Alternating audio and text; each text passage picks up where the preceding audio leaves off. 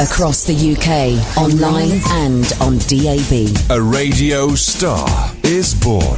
You're going to love Talk Radio.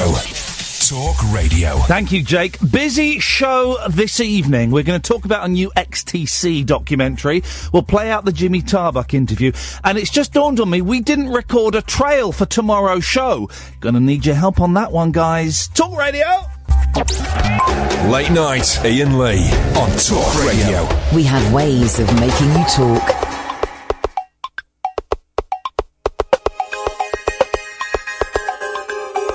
I can hold you now if you want to fly. Can't you see I'm all broke up inside? Well, just to use your two-way say I hurt like kryptonite. Put me on my knees. Now that I found out just what you're doing with your secret identities,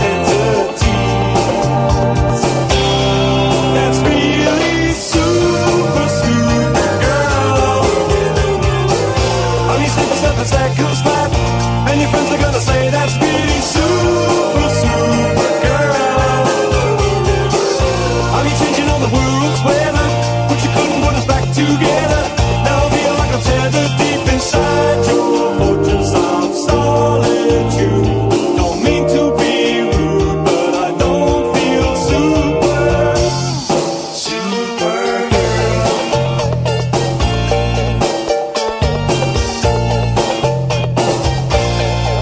I won't call again, even in a jam. Now I realize you could be on a mission, saving some other man.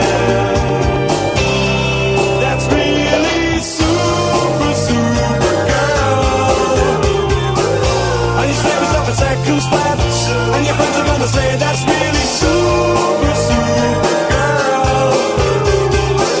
I can stop the universe from dying, but you're never gonna stop me crying. And I feel like you're trying hard to sweep me like dirt underneath your cape. Well, I might be an ape, but I used to feel super, super girl.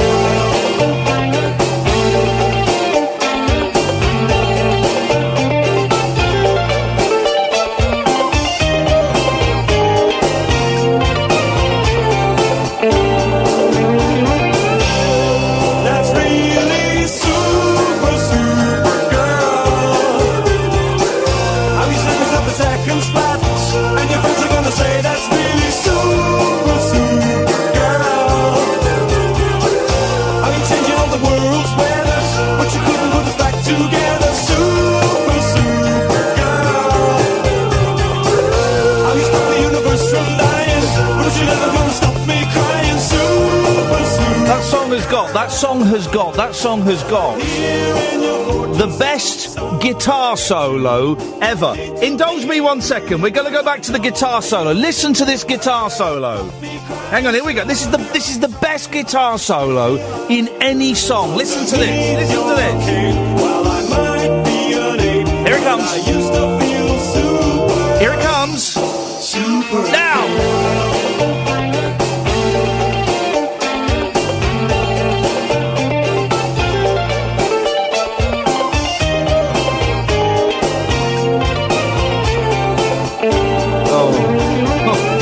Oh, it's the best. It is the best guitar solo in any song, and that is one of the best songs off of one of the best albums of all time. And I'm betting that most of you won't know it. It's XTC, of course, and we've had Andy Partridge on the show. I'm trying to track down Colin Moulding to get him on the show. I bumped into Dave Gregory at a gig once. That's from Skylarking, which is a masterpiece, an absolute masterpiece. It's 31 years old. Flippin' heck. You know my love for XTC knows no limits, no bounds. And like I say, Andy's been on the show to you talk about XTC and talk about the Monkees, of course. But I'm really excited, fanboy excited, because at last, someone is making a documentary about not just Swindon's finest, not the United Kingdom's finest, but one of the finest bands in the world. And I'm really pleased to say that the guy behind the documentary, John Robb, joins me now. Evening, John. Hi, Ian. I'm actually not. I'm not making a documentary. I've written about it. Oh, okay, you've written about it. Of course. So you're. So does that spoil it? No, not at all. You're. My excitement is frothing a little bit. What do we know about this film? There was a trailer up the other week, and I was right back on my website, but apparently taking the trailer down. Oh, it's gone all secretive, isn't it? But it's about. I mean, it'd be fantastic when it's finished because it's one of those great untold stories of a great band, but also that was in a great era as well. It gives you such a different angle. I mean, the story. I know XTC are strictly a punk bands, but that era has been so overtold. It's great to have it from a different angle, isn't it? Well, they were. I mean, they kind of started around the punk era, and it was at a time when any new band had 4 or 5 blokes in. It's like, oh, they're punks. We'll call them punks. But there were a few bands like them and like the Buzzcocks and a few others that weren't actually punk. They just started there, and XTC never. They never seemed to fulfil, their destiny. They should have been massive. It kind of got in between, didn't they? They got fairly big. They did have top 20 hits, and the albums got the top 10, so you got a fair size. Yeah. And I mean, it wasn't a complete failure. It wasn't total cult. Yeah. It's just that frustrating. They could sort of see the horizon, but can't quite get to it kind of size, isn't it? But I think about them not being punk. I mean, I know they're not strictly punk, but they felt like punk when you were a kid, when you're 15 or 16, because their first 2 albums have that fantastic kinetic energy to them. I absolutely love those records, and I do like a lot of the later records, but people tend to overlook those first 2 albums, which are totally original, but also like really exciting and really scratchy and quite and claustrophobic as well, like a lot of great kind of sort of punk period sort of music was. I think the thing is that punk's become a style of music over the years, so people forget how diverse all the groups were at the time, but still felt had that energy of punk rock about them. John, how old are you? 55. Okay.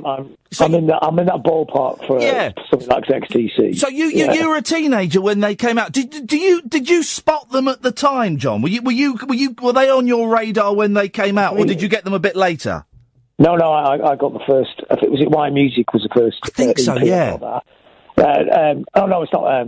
What's the first EP called? That 4-track EP. I got that. Then I got White Music, the album, which I totally loved. I mean, they're one of our favourite bands. We when we growing in that period of time when I was growing up in Blackpool, I've seen them play in Blackpool, and I saw them play in Manchester as well. When they played the Apollo, which is like a huge venue. Yeah. It wasn't like the biggest crowd in the world in it as well. We were so naive, we thought because it'd been in the music papers, it'd be like absolutely mobbed at the venue. So we got there super early, and it wasn't mobbed at all. I mean, it's still not a bad crowd, but it's just it's not like nowadays where bands get massive live followings very quickly. They were just, I think people didn't really know what to make of them, did they, at that point in time? But we knew what to make of them because we totally adored them and absolutely loved them. Yeah. It's just, I really like the energy in the music, and I really like that, the kind of suppressed aggression as well that Andy Partridge has, and also that intelligence as well. I mean, I know they were knocked a lot for being too quirky and too clever, but I thought those were good things, I like the cleverness of it, and I like the way the songs don't do what you expect them. And also, my favourite XTC record was what a side project was when Andy Partridge did those dub mixes. Oh, now what is that? Is that Go To? It was called. I think it was called. No, it was. Album, but it was called. It's called something dub, wasn't it? But it was like these really amazing little dub mixes, which it came out now, people still think it's a really futuristic record. Partridge is he's definitely a genius. And the word that gets thrown around too much in music for people that can turn out a good pop tune. But I think he's a genius because he does all that angular kind of, as you say, the songs go off in different directions. They are packed with jokes, they are very, very funny songs, and they're intelligent, and there are references from Superman comics to the Bible, to everything is covered in it. Yeah, a lot of surrealism, but also really great melodies. And let's not forget Colin Moulding. Yeah. And I know they're the big Beatles fans, and a lot of this is based on the Beatles. And Colin sort of tends to take the Paul McCartney role of writing the effortlessly super melodic sort of big hit singles, and Andy's more the acidic, acerbic, John Lennon kind of role. Yeah, but it kind of mixes around a few times. But Colin wrote the big hits, didn't he? That was the odd thing in the bands, wasn't it? And I, like Make a Plan for Nigel was one of Colin Moulding's, wasn't it? And yeah, he kind of, but Partridge was the main songwriter. And I always wondered if there was some rivalry between them, because Partridge was the main songwriter, but then after a couple of years, you're right, Colin started crafting these perfect little pop hits, like Making Plans for Nigel. Was Generals and Majors a Moulding one as well? I think it might have been. Yes, it was. Yeah, I mean, because like most bands, if you write the song, you sing the song. But you can always tell by the style of music, his songs are more fluid, melodic, and Andy's tended to be more kind of quirky and early on, but then it got to more that kind of classic songwriting mode. But I really like some of those middle period records where they've got that English thing going on, and they do sound really English, their records, don't they? But also they kind of mixed them in with like weird little African style guitar licks and those really heavy drums. So they sound like these kind of post-punk records, but also very English folk and African at the same time, all in one song.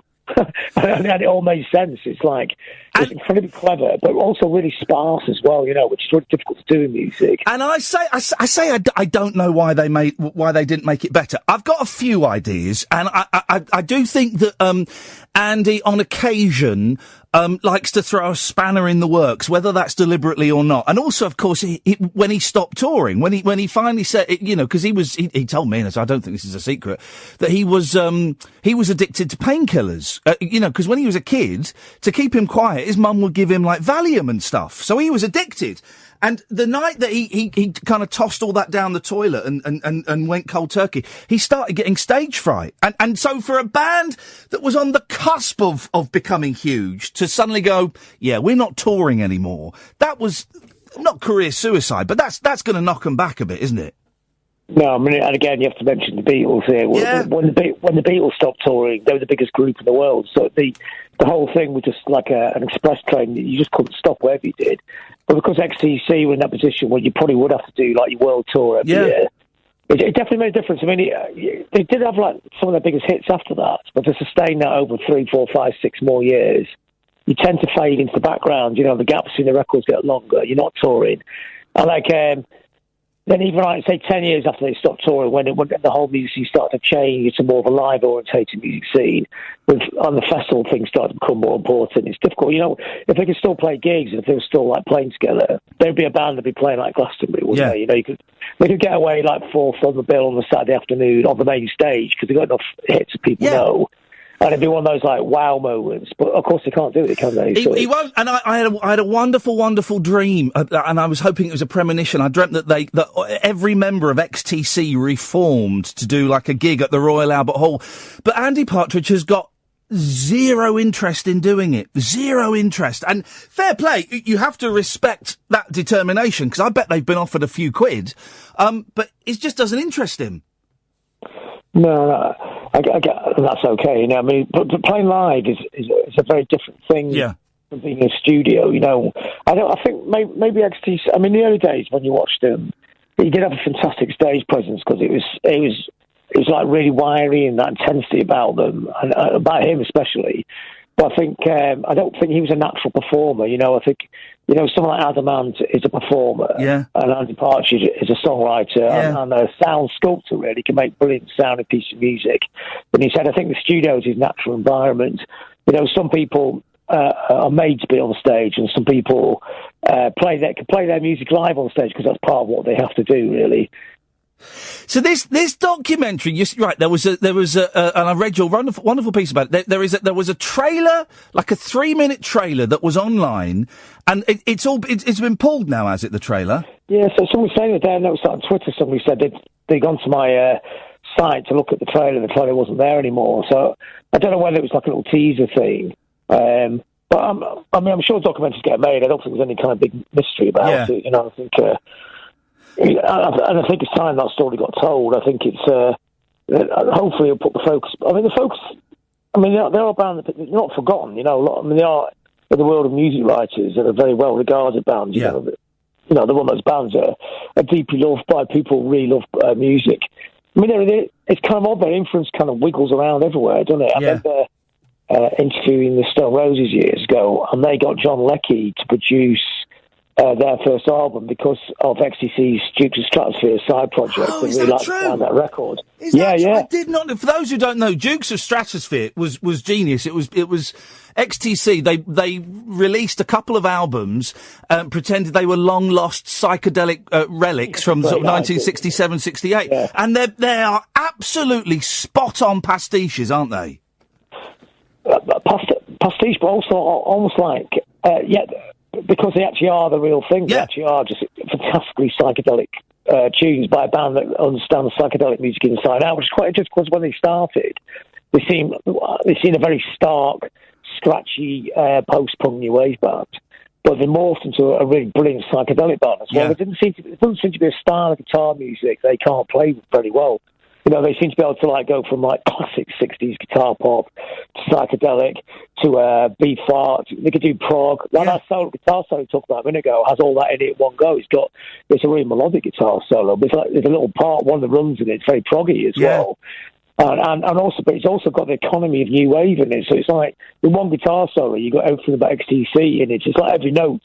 It seems to hint at something, doesn't it? And it's 15 seconds, it's 15, 20 seconds long. They don't mess around. You've got what I once had, because I sort of know Andy a little. I wouldn't go as far as to say we're mates, but every now and then he'll send me an email or I'll phone him up or something.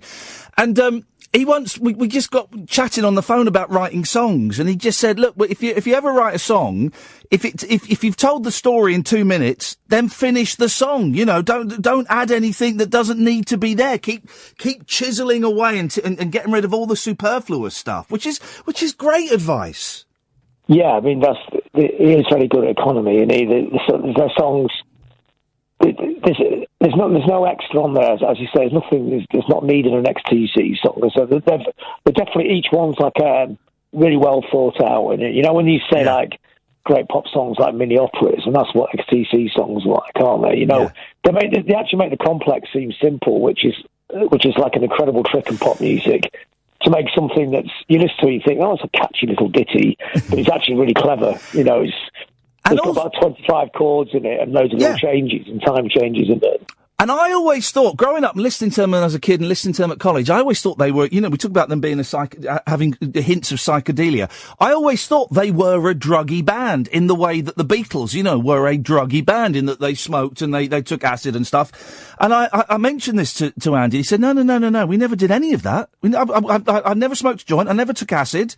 I had the problem with the painkillers, but we were never that kind of band where we, let's expand our minds, guys. We just wanted to go in and write and record songs, which I found really surprising. Yeah, no, but I suppose you could argue the Beatles have done all the hard, well, not the hard work. The research. They've done the research. The chemical research for them or something. So the template being set, but that doesn't matter either. If you take that template and make something else out of it. Yeah.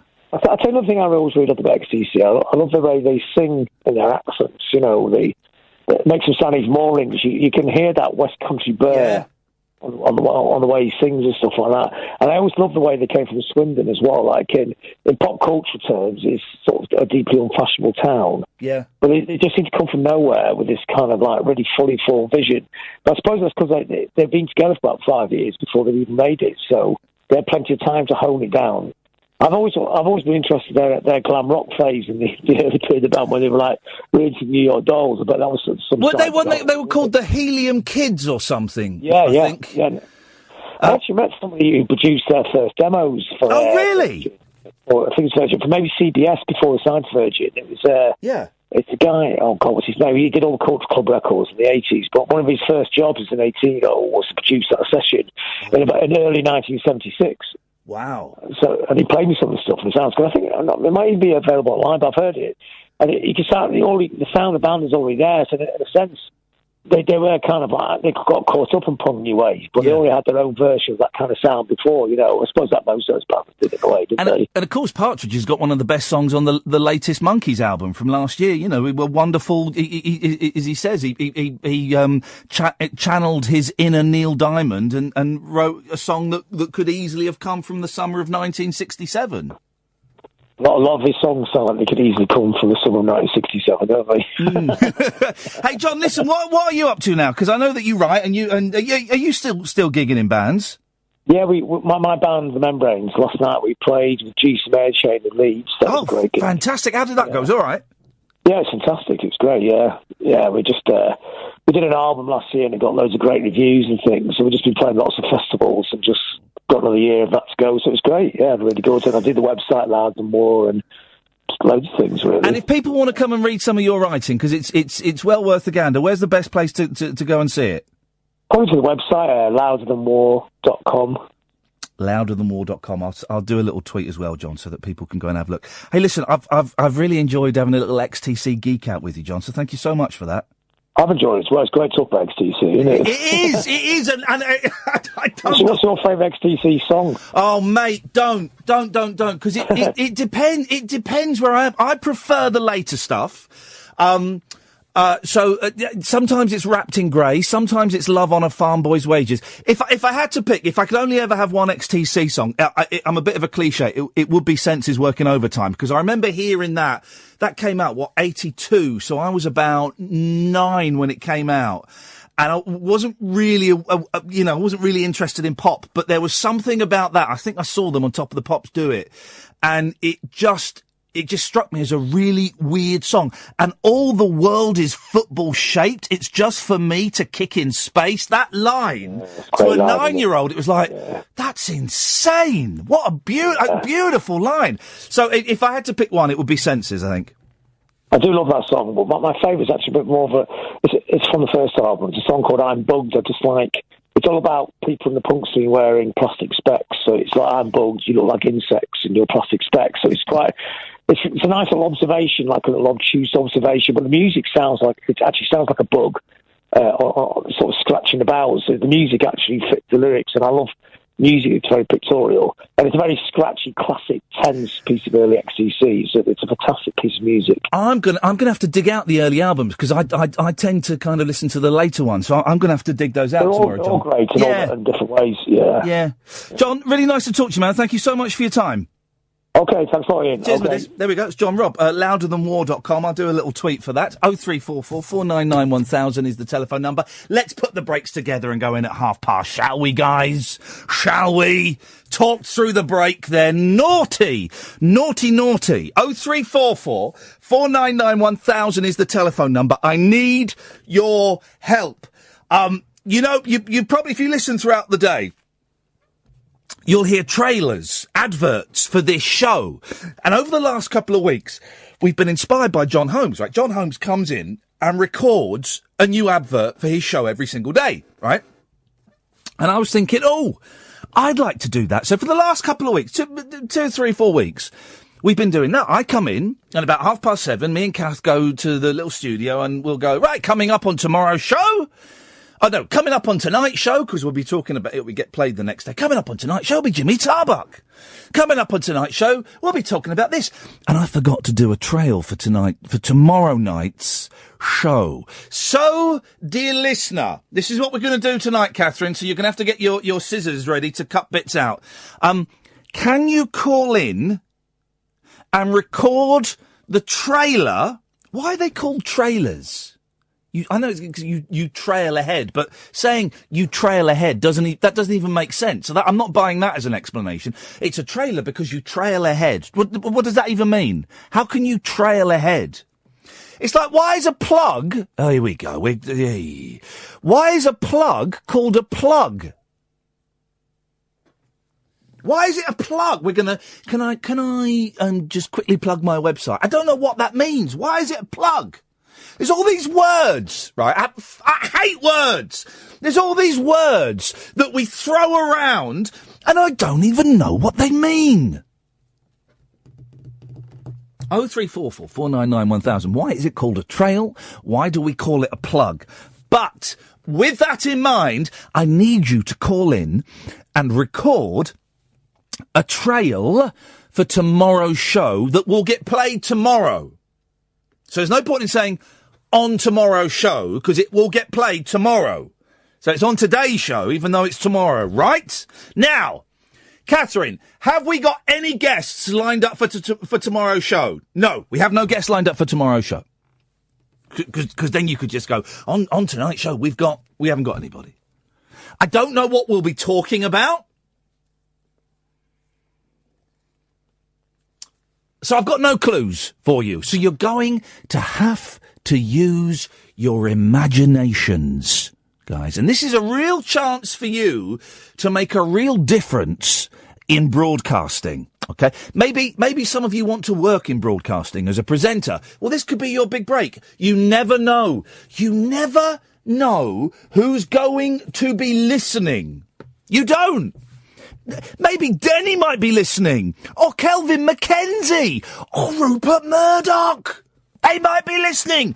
I like that guy who did the trial for the Iain Lee show. Let's give them the breakfast. Let's get rid of Paul Ross and get that guy in, the old gal that did the trial for the Iain Lee show. They can do breakfast. That might happen. Stranger things have happened. No, they haven't. Nothing as strange as that has happened. It doesn't mean it won't. So, the challenge is very simple. You've got to phone up, and I want a 20-second trail for the show for tomorrow, but it'll be tonight, but it's tomorrow. Got it? Good.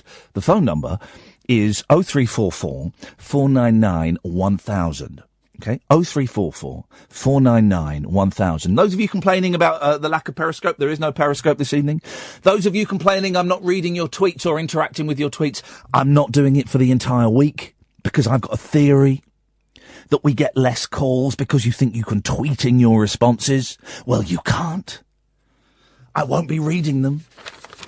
So don't. So if you want to say something, say it to my face. Yes. 0344 499 1000 is the phone number. You'll phone up, you'll speak to Kath, she'll take your name and number and call you straight back.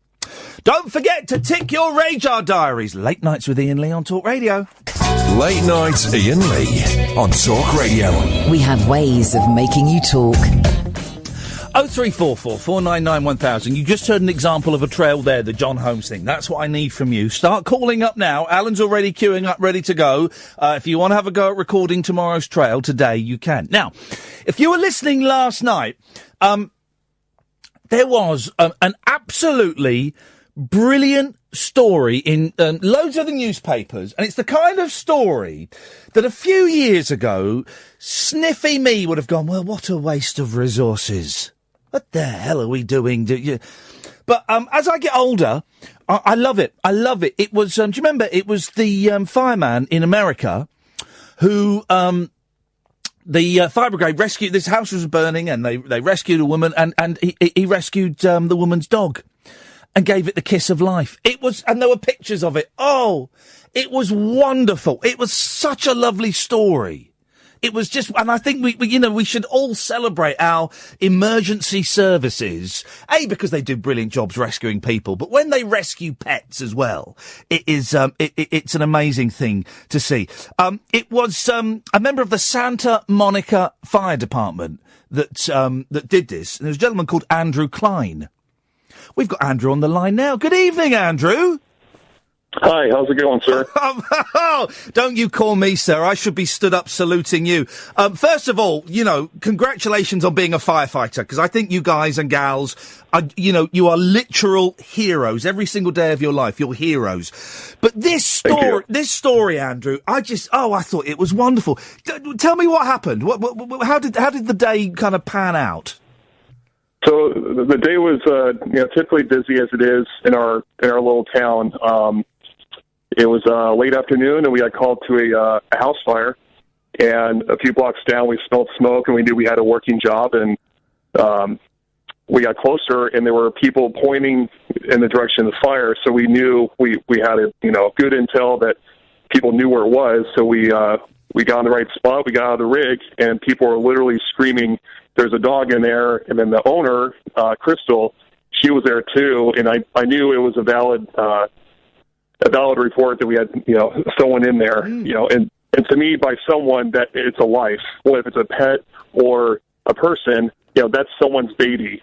And, who are we to judge? So we just consider that a rescue operation. So I went right in. My partner was behind me getting ready to push back the flames, and I searched the fire room, came out, because we always search from the most dangerous going out. And then I came out and then discovered Nalu, and he was totally lifeless. Now that's the dog. Nalu is the dog, we should say. Yes. Yeah. Yeah, it means wave in Hawaiian. Okay, there you go. So Nalu was totally, essentially dead.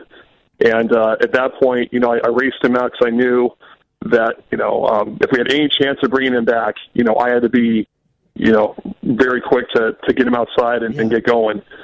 So ran outside, and then lo and behold, the place I put him down, there were at least 50 people just standing there. So the added pressure was on, not only having a dog in my hands, but with all these people watching and praying over us and crying over seeing a dead dog. Yeah. So my captain and I, we went to work on Nalu, and we were just very persistent. And the way that we train, we're very aggressive. All firefighters across the world, we want to, save a life no matter what. Yeah. And we don't give up. We don't stop at anything. So we were just on him for quite a while, and then you can just see his body feel like he was trying, so we kept on urging him. Then we stopped giving him compressions about the snout. And then hang on. Sorry, Andrew. Sorry. Did you just use the phrase "mouth to snout"? Yes. Oh, beautiful. So, wait, and when you say you were trying to save him, you were giving him mouth to snout. You were giving him what we would call the kiss of life. You were trying to get him to start breathing again. Absolutely. Yeah. Because he was totally lifeless.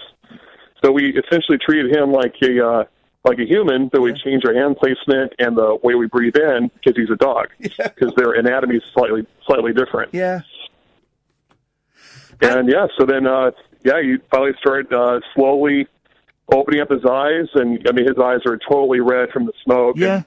He had a lot of carbon monoxide system, but he slowly came to, and then we were just thinking, okay, we got to get into the vet because it's not over yet. And 2 days later, he is running around, wagging his tail, kissing people, and it was a great reunion. Crystal is the owner. What was her reaction? A, when you brought out Nalu and he was dead, and B, when he started moving and breathing again. That must have been incredible. Well, it was like I said, a very chaotic scene because there were a lot of witnesses that saw me running out with the dog. So she obviously was in a panic. She saw her dog in my arms dead, and that was all in her mind was, hey, my dog's dead, my best friend. And I just reassured her because I'm very persistent. I'm very positive when it comes to stuff like that. Yeah. You have to be.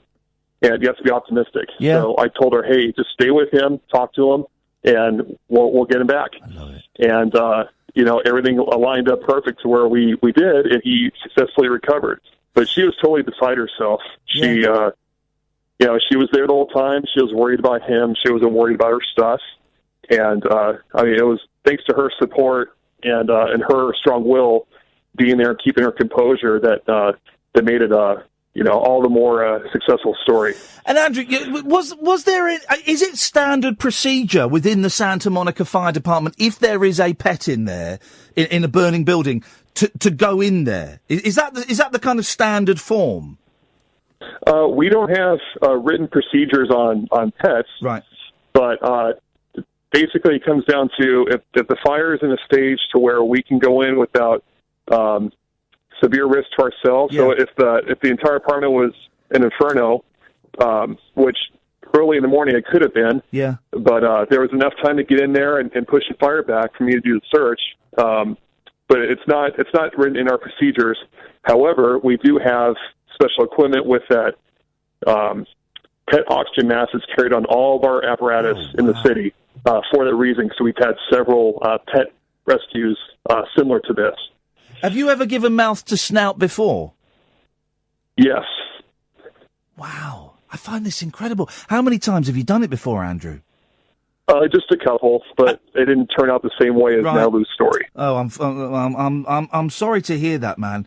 And now you're kind of a big star. You know, we saw this in loads of the papers last night, and which is why we're so thrilled when Catherine said, "Oh, I think I've got him." When we found out you were coming on the show.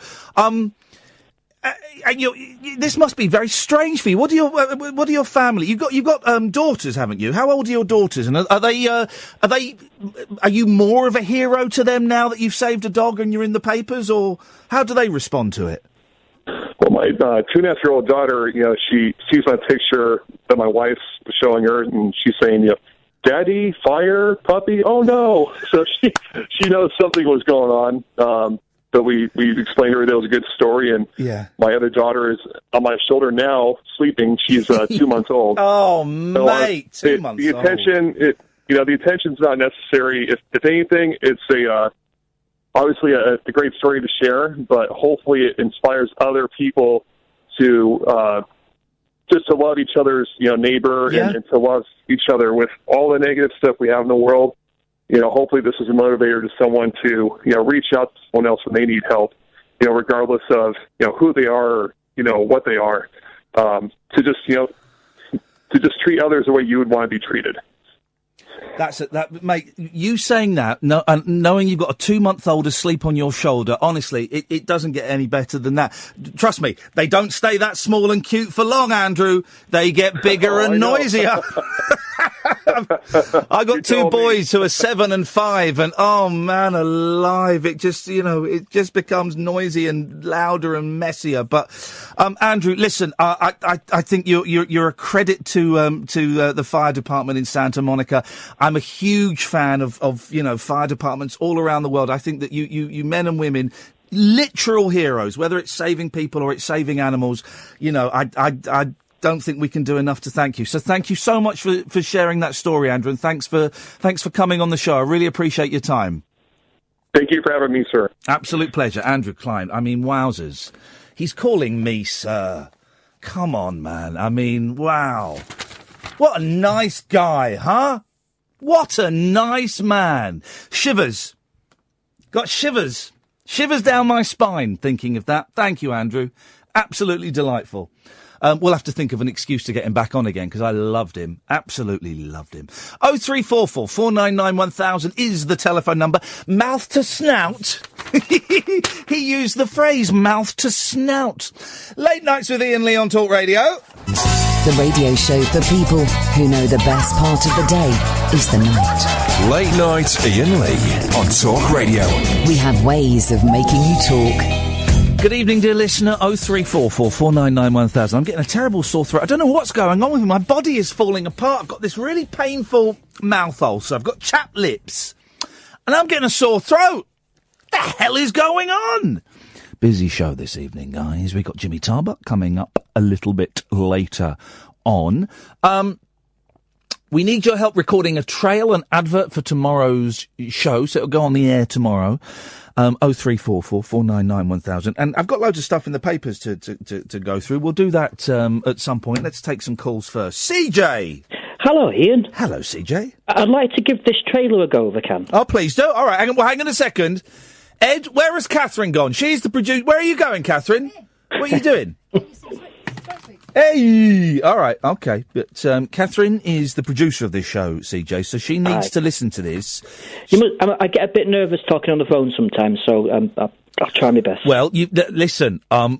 You either make a virtue of the nerves and incorporate it, or you have to override them, CJ, and deliver gold. That's what I've been doing this week. Okay, all right. Well, no, you're doing very, very well. You don't sound nervous, but I'm just saying, recording a trailer, an advert for the show, it is really important, because there'll be people that always listen, right? There's sad cases like Cleo and Alan and all those sad cases that always listen because they got no life. There are people that will never listen because they're clever, and there are people that might be listening to Julia or John Holmes, and they might listen, but they're not sure. They're the undecided. So it is if we use you, it is the trail that will make them go, oh yeah, I might listen to that lanky tosser tonight at 10, or I'm not listening to that, it sounds pony. So, CJ, no pressure, but there is a lot of pressure. Yay! Away you go, CJ. Okay. Prepare yourself for a quantum leap in broadcasting. Talk Radio proudly presents the wild man of the airwaves. Late Nights with Iain Lee, tonight at 10 on Talk Radio.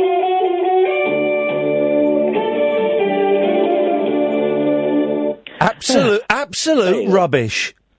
Absolutely rubbish. What the hell was that? What the hell was that? You have what? What were you thinking? I don't know. I thought maybe I'm being a bit harsh. It's been a long day. Catherine, if you can get on that microphone, you are the professional producer. What do you reckon to CJ's effort? Well, it ended at the right time, didn't it? It was the right length. Yes, definitely the right length. Lengthwise, thumbs up. I had a clock on the screen. You did a good job with the length. So the length was good. I hear that a lot about the length. Content. I was just blown away by the length. Okay, to be honest. it was purely about the content. CJ, you'll have to listen tomorrow to see if you made it. I was going to anyway. Okay, but I don't think you will. Cleo. Hello. Hello. I'm not going to do it in Geordie because I think that'll be like. Well, how can you not do it in Geordie? That's your voice. I'm going to do a cheesy radio type voice. Why do you think a cheesy radio type voice best sums up this show? It's the only one I can do that's non-Geordie. But I bet it sounds Geordie. I bet it sounds Geordie. I also, the whole thing of winning over JHB, sorry, listeners. Yep. I mentioned snowflakes at one point and fake news, so I'm not sure though. Okay, well, listen, don't. It sounds like you're bottling it already, and you haven't even done it. We'll see how it goes. All right, Cleo, away you go. Having trouble filling in your radio diary? Told you it'll be Geordie. I told you it'll be Geordie. He can't do anything but Geordie. Sorry, I interrupted. That was rude of me. Well, carry on. Shall I do really broad Geordie to be even worse? Yeah, go on, because then we'll sound like a proper national radio station, even though 2/3 of the country can't pick us up. Class, right. Here, you're having trouble filling in your radio diary? Then join Late Night with Iain Lee and his avalanche of snowflakes of the night between 10 and 1 here on Talk Radio, where no one uses fake news. Yeah, can you do it less sarcastic? Because there was definitely a tone there of, listen to it if you want, I won't be listening. It's not really my cup of tea. Actually, that's a really good line. I won't be listening. It's not really my cup of tea. The Iain Lee Show. Try again. I like that. It was again, length, perfect. It's great to know all my listeners have got good length. But I just felt there was a tone that didn't need. I like the Geordie. So I didn't understand a word of it, but I like the Geordie. Ask Kath if she could understand it. She's like the watermark. She's kind of going 50-50. Geordie, well. Why is it called Geordie? There's two theories. One is because of some war where the Geordie sided with King George. Actually, there's three theories now. But that would be Georgie, not Geordie. But Geordie's also slang for George, apparently. No, it's not. Where? Up here. Yeah, exactly, but why? I don't know. I've not got a clue. It might be Nordic, but also there was, when they were designing the safety lamps for the mines, there was the Davy lamp, and that was in like Durham and stuff. Then there was the Geordie lamp. And so people think the Geordie lamp... But why was it called the Geordie lamp? Because the guy who made it was called Geordie. But Geordie isn't a name. Unless you're Geordie Chandler. Who's Geordie Chandler? Was Geordie Chandler? Who's Geordie Chandler? Was he murdered? I know the name. Who's Geordie Chandler? Cass, tell me, don't type it. There was someone called Geordie. He's the guy who accused Michael Jackson.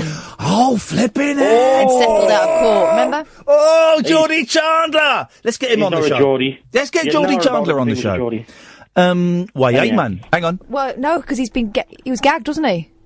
Well, we can't say that. We don't know what Michael Jackson did to him. No, what I'm saying is he settled out of court. Oh, sorry. I thought you, sorry. I thought that was a reference to the thing. Okay, right. Cleo, let's have it again. Geordie again? Yeah, why not? Let's crack it. All right, there we go. Hey, yeah, you're having trouble filling your... No, that's too quick. Too quick. I jumped in. You're having trouble filling your radar diary? Then join Late Night with Iain Lee and his avalanche of snowflakes tonight between 10 and 1 here on Talk Radio, where no news is fake news. I know how to make it better. How? You're having trouble filling in your radar diary, love. You got to put a love in there. Hinny, pet, all that stuff. Yeah, pet. Well, I know. Man, pet, man. All right, man, pet, man. So you got to say, are you having trouble filling in your radar diary, man, pet, man? There we go. We got it. I'm not Indian. Come on. Here we go. Yeah, right. Last one. Hey, man, you're having trouble filling in your radar diary? No. Then join No. What is this? No. I'm telling you what to say. Why, hey? Are you having trouble filling in your radar diary, man, pet, man? Man, pet, man. Yes, go. Oh, God. Right. Who's won 3 awards? Me. Carry on. I haven't even got certificates, you know. Wait, hang on. Yes. Did you say man, pet, man? Yes. Well, you say, why, are you having trouble filling in your radar diary, man, pet, man? Can you also throw in Raj Packet? Yeah. Can you also throw in Raj Packet at the end, please? Yes. Go. I'm going to have a cough, sweet. Away you go. Right, hang on. I can't stop grinning like a tit o'clock. Can't get out. Be serious. Anyhow. How are you having trouble with... Oh, I can't get it. Right, goodbye. I mean, really. We gave him opportunity after opportunity. He just wasn't up to it. Let's go to Caddick. Evening, Caddick. Evening, Ian. Good evening, Alan. 03444991000 is the phone number. What you got for us, boss? I want to do a trail. OK, can you do it in Geordie? Because that last fella couldn't. Oh, I can't do Geordie, mate. Try it. Why, man? Yes, you can. That's brilliant. Well, I've been watching too much Alvida's Aim Pet. They should... how many of Alvida's Aim Pet are still alive? Two of them are dead. Roach has died and Gary Olsen's died. Yeah, the others are still around, I think. Tim Healy, Jimmy Nail, Kevin Whately, Timothy Spall and Christopher Fairbank. Who? Moxie. Who? Moxie. Oh, he had the really bad skin, didn't he? Yeah, Moxie. Moxie. OK. Because here's the thing. Alvida's Aim Pet used to be on ITV. Yeah, back in the 80s. Then it went to BBC One in the 90s. Well, the noughties, actually. OK. Anyway, go on then, Alan. Let's have your trail. Hip, hip, hip. Having trouble listening to some best radio? Don't forget to tick your radio diaries. Late Night with Iain Lee, where there's an open agenda. The phone line's open, but no agenda. 10 to 1 on Talk Radio. We'll get you talking. Even I wouldn't listen to that, and I present it. I've never heard the word agenda so much, apart from a Victoria Derbyshire phone-in on gender. There's supposed to be agenda. I know! Well, I'll give yourself a 6 out of 10. You sound like you nicked half of Cleo's and then just started throwing the word agenda around. No, I didn't hear cleared, actually. What? I didn't hear cleared, actually. OK, well, the first half was uncannily like his. So either you heard it and you nicked it. Did he? Either you heard it and you nicked it, or he travelled forward in time, heard yours, then went back in time and nicked it. Goes back to the wormhole, doesn't it? Goes back to the wormhole. I'm not going anywhere near your wormhole. Now, Alan. Yes, try it again with less genders. Hip, hip, hip.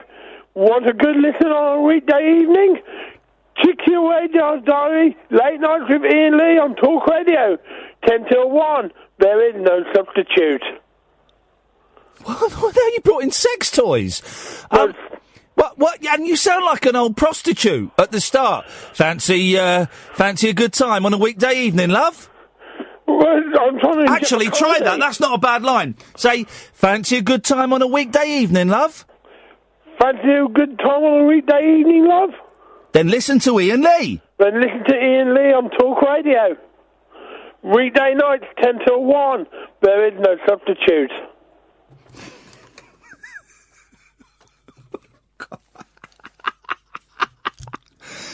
Can we use any of this stuff? I wouldn't even broadcast this stuff on my radio show, but I have to. You've heard the competition, guys. It's not been particularly high. I think you could probably do a little bit better, okay? We need someone to record a trail for tomorrow's show, because I didn't do it. I forgot to do it. If you want to take part, 0344 499 1000 is the phone number. You can, of course, as per usual, call in about anything, and I will sit and go through the newspapers in a bit. Don't forget to tick your radar diaries. Late Nights with Iain Lee on Talk Radio. Late Night, Iain Lee on Talk Radio. We have ways of making you talk.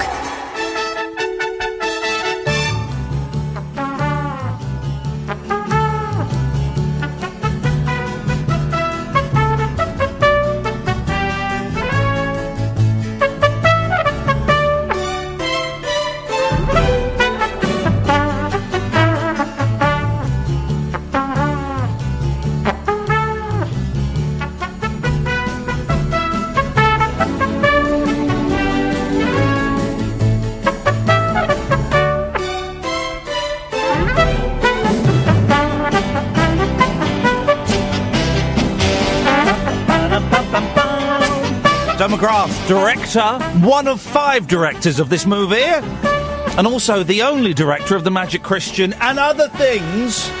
Thursdays, coming in the studio Thursday. Yes.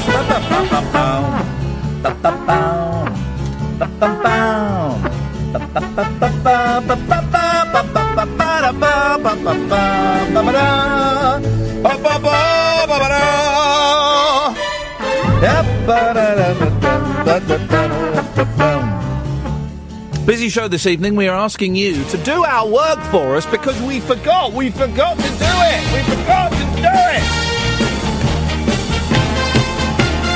it. We need you to record a trail for us that will get played on Talk Radio all day tomorrow, promoting this show. Your voice, your words could mean the difference between me having a job and me having no job at all. Hey.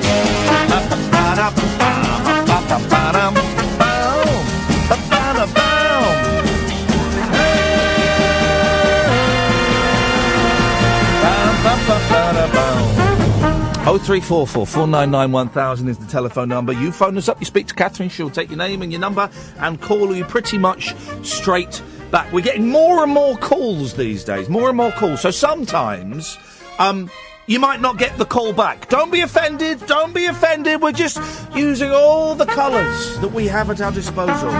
No Twitter. Doing a whole week of not engaging with Twitter during the show. No Periscope tonight. I'm only going to do Periscope when I feel, when I don't feel like jumping off a bridge. And I don't say that lightly. Tonight I feel a bit like jumping off a bridge, so there's no Periscope. That's kind of a little rule that I have made, and I'm quite happy to stick to it. 0344 499 1000 is the phone number. Loads of calls, let's rattle through them. Good evening, James. Hi. Hello. Hi, James. Yeah, I've got, just a simple thing.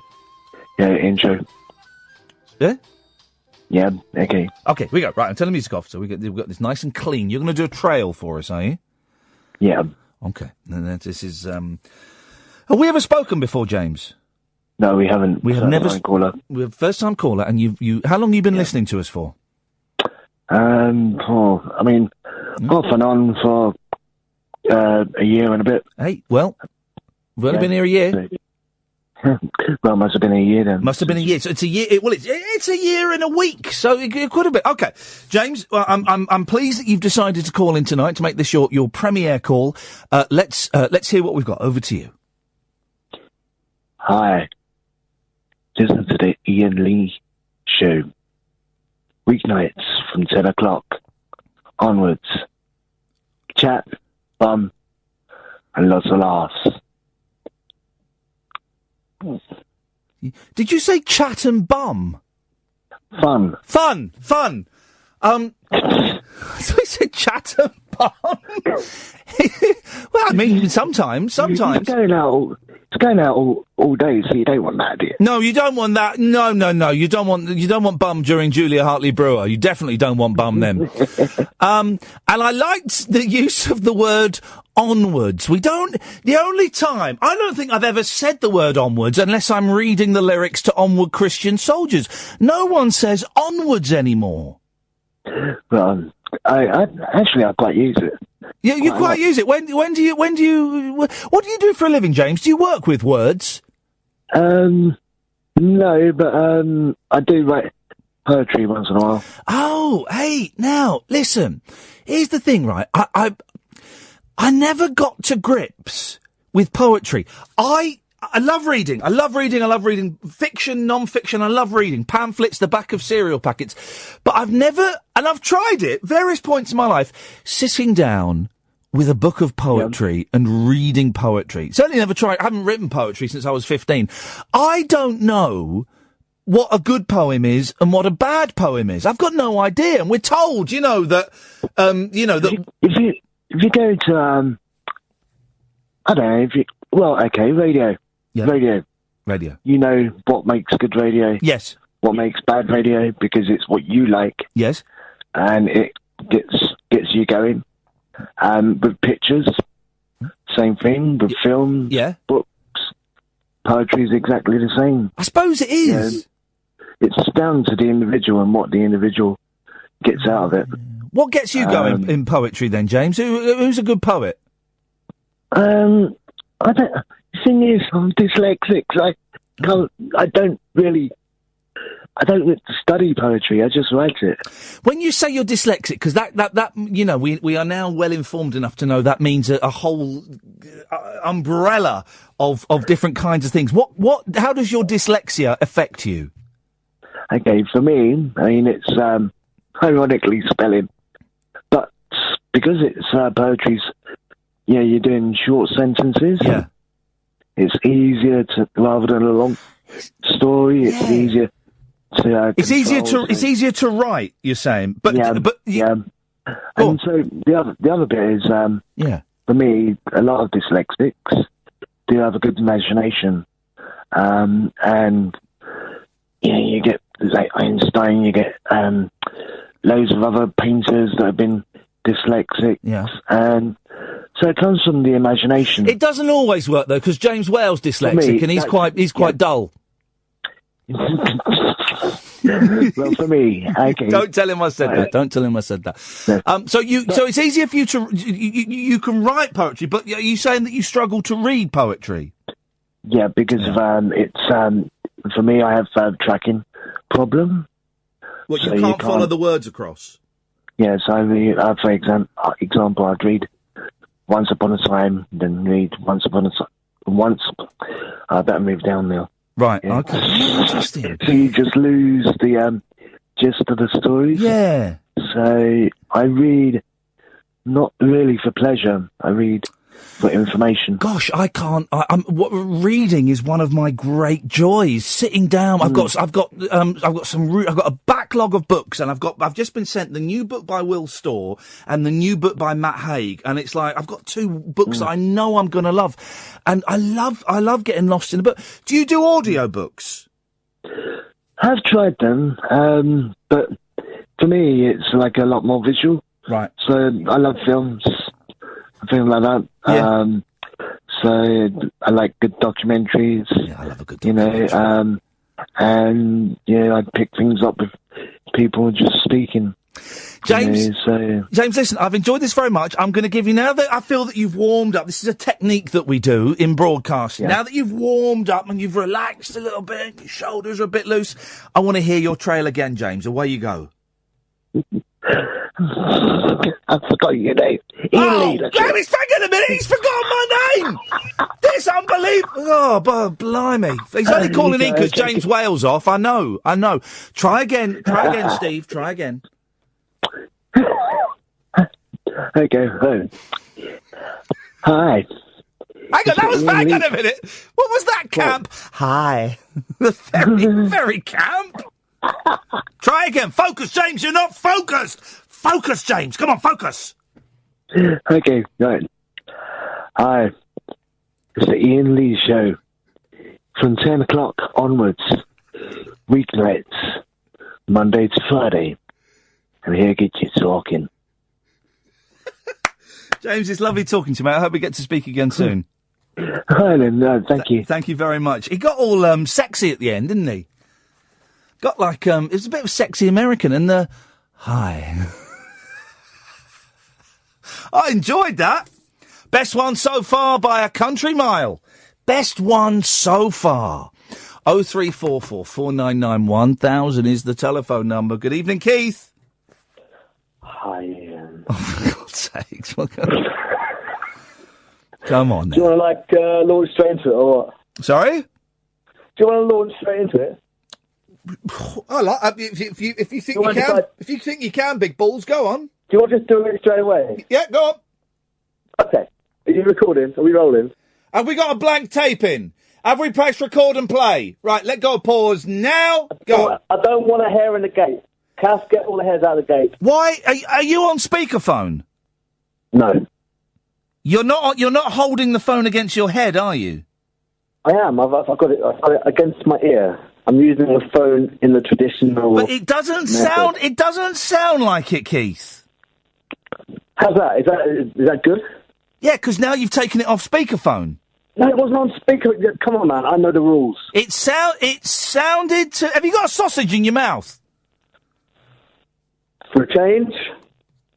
No, I haven't. Do you know what? I could murder some of your meat right now.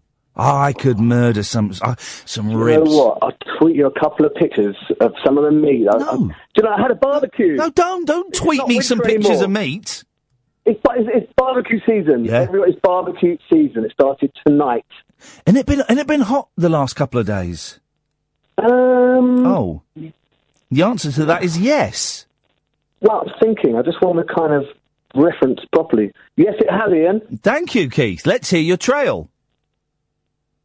Tonight on Late Nights with Iain Lee. At 10, Ian will speak to friendly, broomy simpleton Alan Caddick. At 11, Ian will play Little Hobo or version thereof. At 12, well, who's listening? So it's any old sack and tits. Rubbing my rib. I mean, listen, I'm sure it sounds good where you are, but your phone keeps cutting out. Is it made out of cardboard? No. It's a terrible line. No, listen. No, I listen. I couldn't hear what state-of-the-art technology. Is it? What is it? An iPhone? Yes. Right. It kept cutting out. Was it a decibel level? Do you think it was too loud? Yeah, maybe. Hold it back a little bit. Okay. Here we go. I'll go again. Okay. From the top. Okay, we go. Tonight on Late Nights with Iain Lee. Okay. 0344 499 1000 is the telephone number if you want to give us a call. I mean, this is not a joke. This is not a piece. This is not a funny thing. Do it properly and have a decent phone. Don't have a crap phone. All the calls we got, get rid of them because I don't want to talk to them because I bet their phones are rubbish. Let's start again. The switchboard is empty. We've cleared the switchboard, okay? There's no one there now. We had some calls, they've gone, okay? So if you want to call in, now is the time. 0344 499 1000. Late Nights with Iain Lee on Talk Radio. Late Night Iain Lee on Talk Radio. We have ways of making you talk. We got rid of... We had loads of people phoning up them, and none of them were good enough. So I don't want to talk to anyone unless they're good enough. Okay, Kath? So strict screening policy. Normally we let any old drunk on the show. But tonight we're employing a very strict screening policy. You can only come on the air if you're good. All right? 0344 499 1000. Don't forget, guys, on Friday... we're going to do the whole show, calls straight to air. Why the hell not? Let's do that. Hey, on Saturday, I'm driving down, over, across. I'm going to Portishead, near Brizzle, on Saturday. Well, how long is that drive going to take? 2 hours, 2.5 hours? Flipping heck. To deliver some posters to 3 shops and to pop round to Eddie Large's, hopefully for a cup of tea, Mr. Large. If there's no tea and biscuits, I'll be very disappointed. It's like when Paul McCartney met up with Yoko Ono backstage at the Rock and Roll Hall of Fame induction ceremony, and she gave Paul a cassette tape of John Lennon singing a song called Free as a Bird, which he then took back to the United Kingdom, and the other Beatles recorded a song and released it, and it got to where the Beatles deserve to be. Number 4 in the charts. It's going to be like that. I'm going to Eddie Large's, and he is going to give me a shed load of tapes and DVDs, and I'm going to start putting together an evening with Eddie Large. An evening with Eddie Large. I cannot wait. Sunday, June the 25th, on the date of Eddie Large's 76th birthday. If you want to come, guys, there's not that many tickets left to be bought online, because I'm going to go and take a load of tickets to some shops in Portishead. If you want to come, ticketsource.co.uk, ticketsource.co.uk/Iain-Lee. Okay, you can get tickets there for that. What is there to do in Portishead?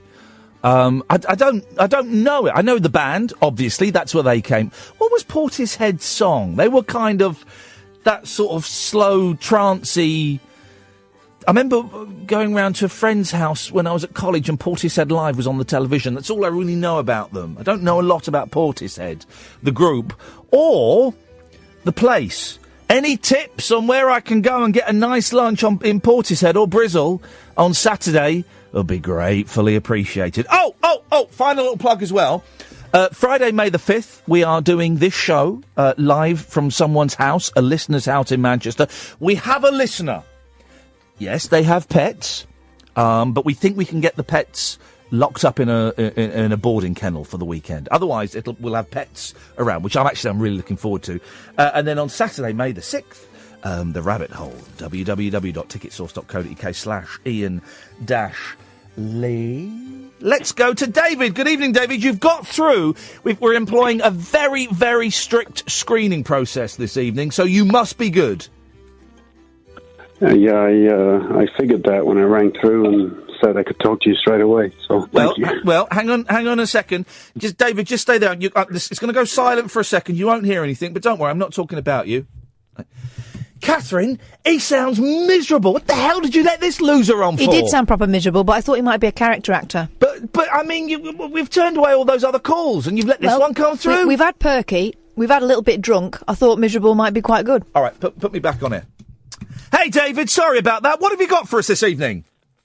I'm both miserable and a little drunk, so you hit the joke. He heard everything we were saying.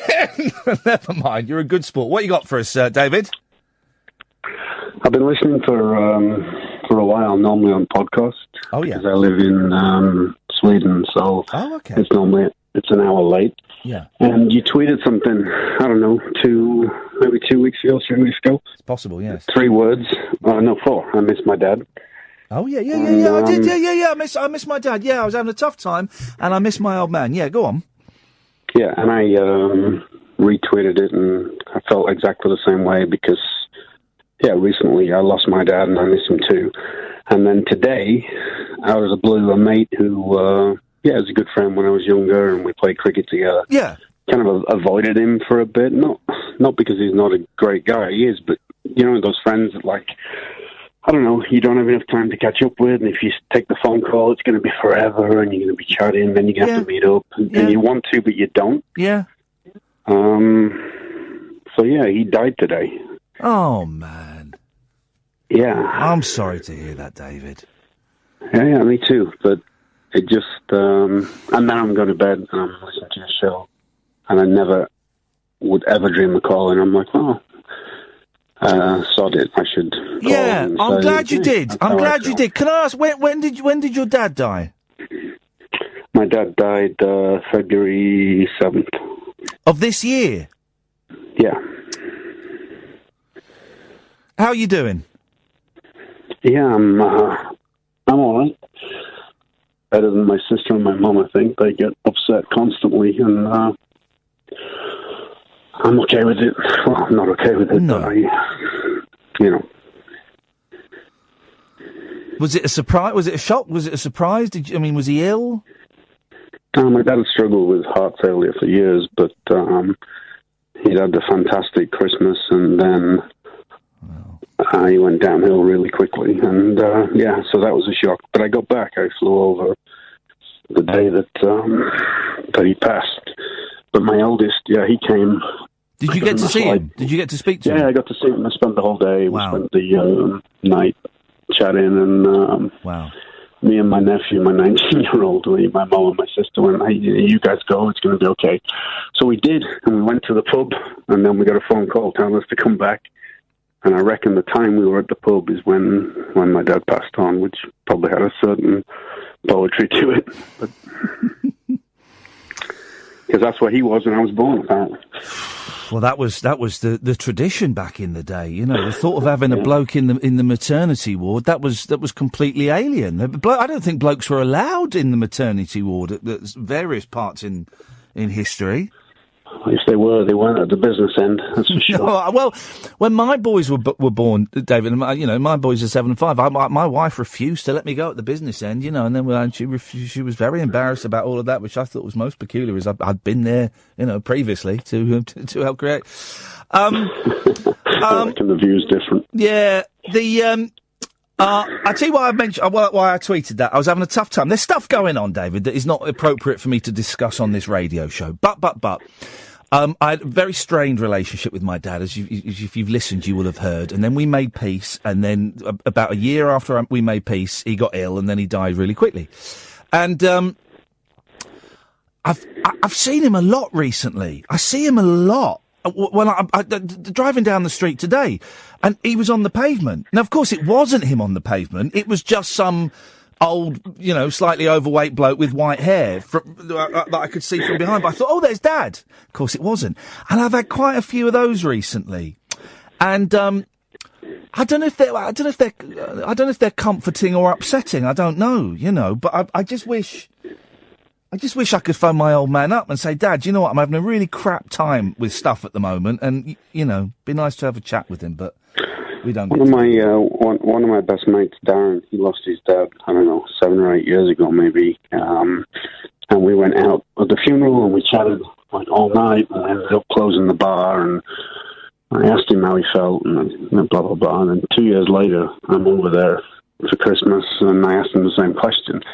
And he said, yeah, it's weird because I can go through, weeks and I don't think about it. And then I reached for my phone and I pressed to ring him. And of course he's not going to be there. So it's the same thing.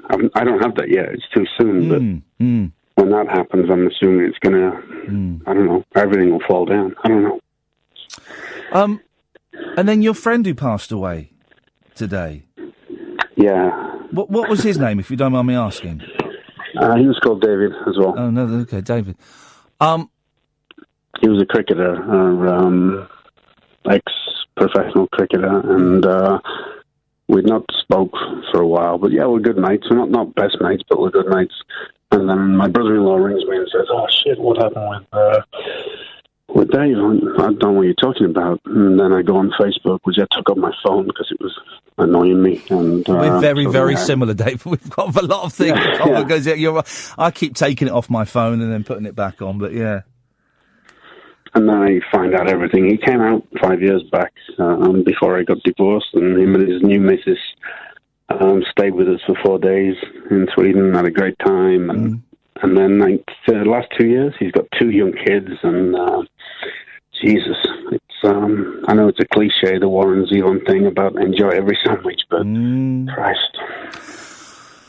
Isn't it interesting? Because I have been toying with this idea of doing this thing on the show. I've been toying with it for months, and I've just not quite built up the courage to do it. Sometimes I have to steel myself to do it. And I was going to do it tonight, and then I bottled it again. And it's an exercise I do. I do therapy and all this kind of stuff. And it's an exercise where you imagine that you've got 6 months to live. It's a lot of fun, guys. It's a fun one. But you imagine, and if if you knew when you were going to die in 6 months' time, what would you change? What are you happy with? What would you like to spend more time doing? What would you like to spend less time doing? Who would you like to see? Who would you like to cut out of your life? It's that kind of stuff. And I've been thinking about doing it for ages, and I will bring it in one night. I just need to steel myself for it, because it's going to be a hard job to present, and it'll be a hard thing to listen to. Why am I telling you this? I don't know. But it is that thing, isn't it, when people die. I've not had that many deaths around me. I've been blessed so far, but it will happen. And for a while, I think, God, I'm gonna cherish every second, and I'm gonna tell the people I love them, and the people I hate, I'm not gonna even bother any time with. And the few times I've had that, David, I've always found it passes, and it passes quicker than I would like it to, and I go back to being normal. Do you know what I mean? Yeah, I think everybody does. I think that's one of the contradictions of life. You say that, and I'm going to live every moment, but then you don't. You get wrapped up in the banal. Somebody annoys you, and you sort of get all wind up about it. And then, you go back to normal. The magic of death and the impact it has on the living, it wears off, and you think it will be with you forever, and it wears off. But why? Why does it fade? I don't get it. Why are we wired to not understand what's important, yet cherish the minutiae? It's weird. How are you? How are you doing?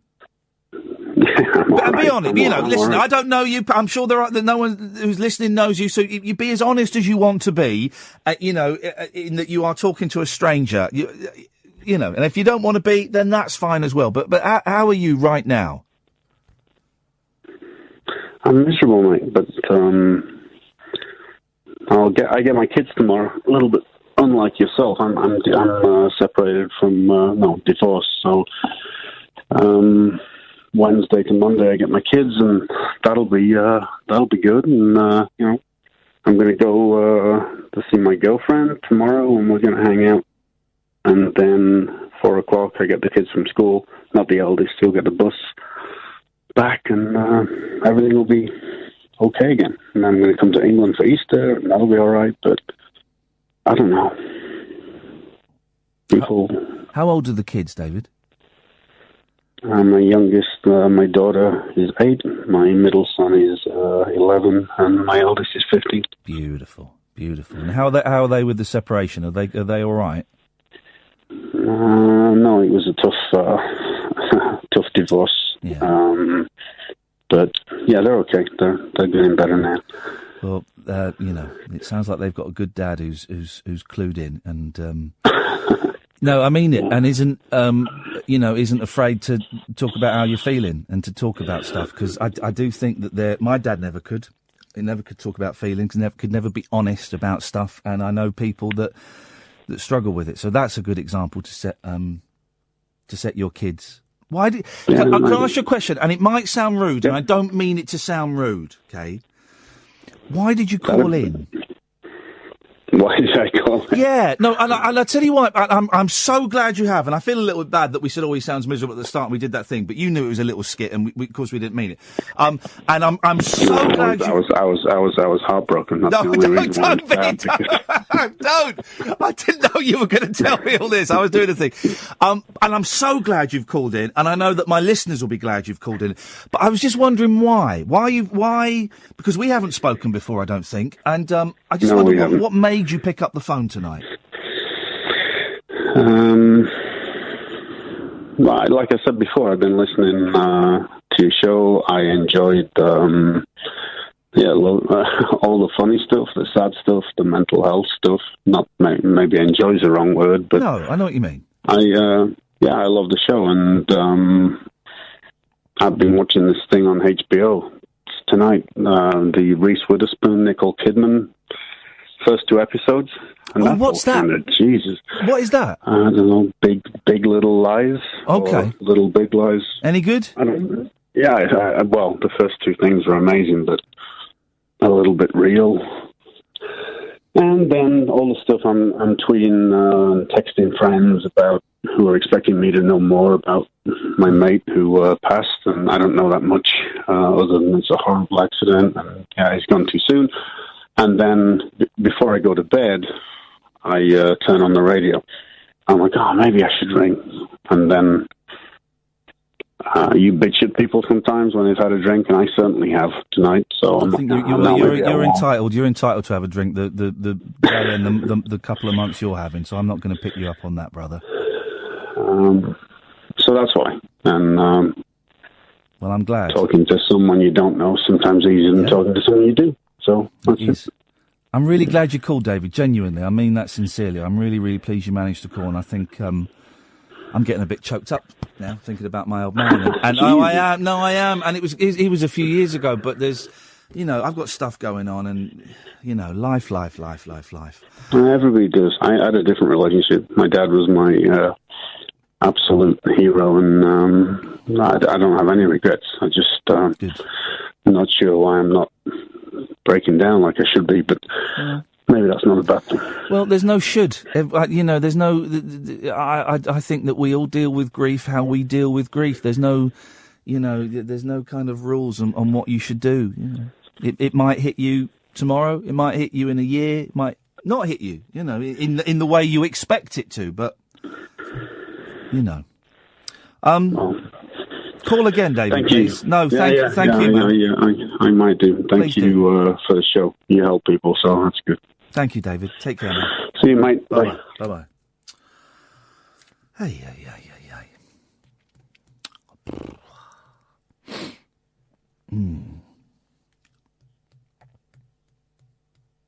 Well, who couldn't be touched by that call for whatever reason? What a terrible start to a call as well. God, you put a miserable bloke on. He's got every right to be miserable. Oh dear. Sometimes I say the most we all do, don't we? Sometimes we just say the most inappropriate things. How many times has a mate of yours turned up to work in black and you've gone, "Hey, whose funeral is it?" "Oh, it's my nan's." It really is. But that stuff's funny. That's funny, that stuff, I think. Whose funeral is it? I would never say that. But, it's my nan's. I'm going to nip off at lunch. But that's life, isn't it? And I put my foot in it so many times, and he was a good sport, and he took it in the spirit in which it was intended. Thank you for that, Dave. Good luck, brother. 0344 499 1000. Paul and Dan come to you after this. Late night, Iain Lee on Talk Radio. We have ways of making you talk. Dearie me. Thank you for that, David. That call is, I often do this show and I forget it. As soon as the show is done, by the time I get home, I would be hard pushed to tell you what was in the show. And it's not out of disrespect. It's just the way my brain is wired. I kind of forget it. And, been doing lots of live shows recently, and people come up and say, "Oh, I used to phone you at this station," or "I used to phone you at this station, and I did this." And I always freeze, because I think the odds of me remembering that call are really, really slim. And the few times that I do remember, it's genuine, "Oh, yeah, I remember that. Oh, yeah." More often than not, I've learnt to say, "Oh, I'm really sorry, I don't remember that, but it sounds like it was fun." But that call's going to stick with me for a bit. That's going to stick with me for a bit. I'm going to be thinking about that when I get home, and probably that's going to pop into my mind tomorrow. And, thank you for that, David. That was really good. We're getting some really nice, new callers as the show progresses. So thank you. And then we get Talk Sport rejects. Let's go to Paul. Good evening, Paul. Hiya. Hey, Paul. Me again. Yep. You're a bit addictive, aren't you? I'm being what? You're a bit addictive to listen to. Yes, I am. Okay, I just read on the website, you have said if you called in, you better have a bloody good reason. That's correct, mate. Yes, that is correct. Okay, right. Can I talk of something I've just thought of and looked up tonight and watched? Yeah, go on. It's about racism. Oh, yeah. And how I think how I can sum up how stupid racism is. Okie dokie. Right. I've just watched online, for a bit of reminiscing, Yes. a couple of episodes of a TV show years ago called Different Strokes. Now the world don't move to the beat of just one drum. What might be right for you may not be right for some. When a man is born, he's a melody. Then along comes two. They got nothing but it takes different strokes. It takes different strokes. It takes different strokes to rule the world. Yes, it does. It takes a different strokes to rule the world. Now, you were sung that pretty good as far as I'm concerned. Thank you, Paul. Okay, right. Now, in the days it was released, the early 1980s, late 70s, early 1980s. Yes. I remember it. Now, you might want to say now, what the hell am I on about with this? No, I'm assuming you're getting towards a point. Okay, right. Now, in the USA, in the early 1980s, when it was released as a TV show, in America and in the UK, a lot of people were pretty racist, weren't they? Okay, right. But it was a massive hit TV show that everyone watched. Yes. So, it was about a white guy, adopting two black kids. Yeah. And he treated them as if they were his own. Yeah. Yet, they were massive hits in the USA and the UK, where a lot of people were flipping racist.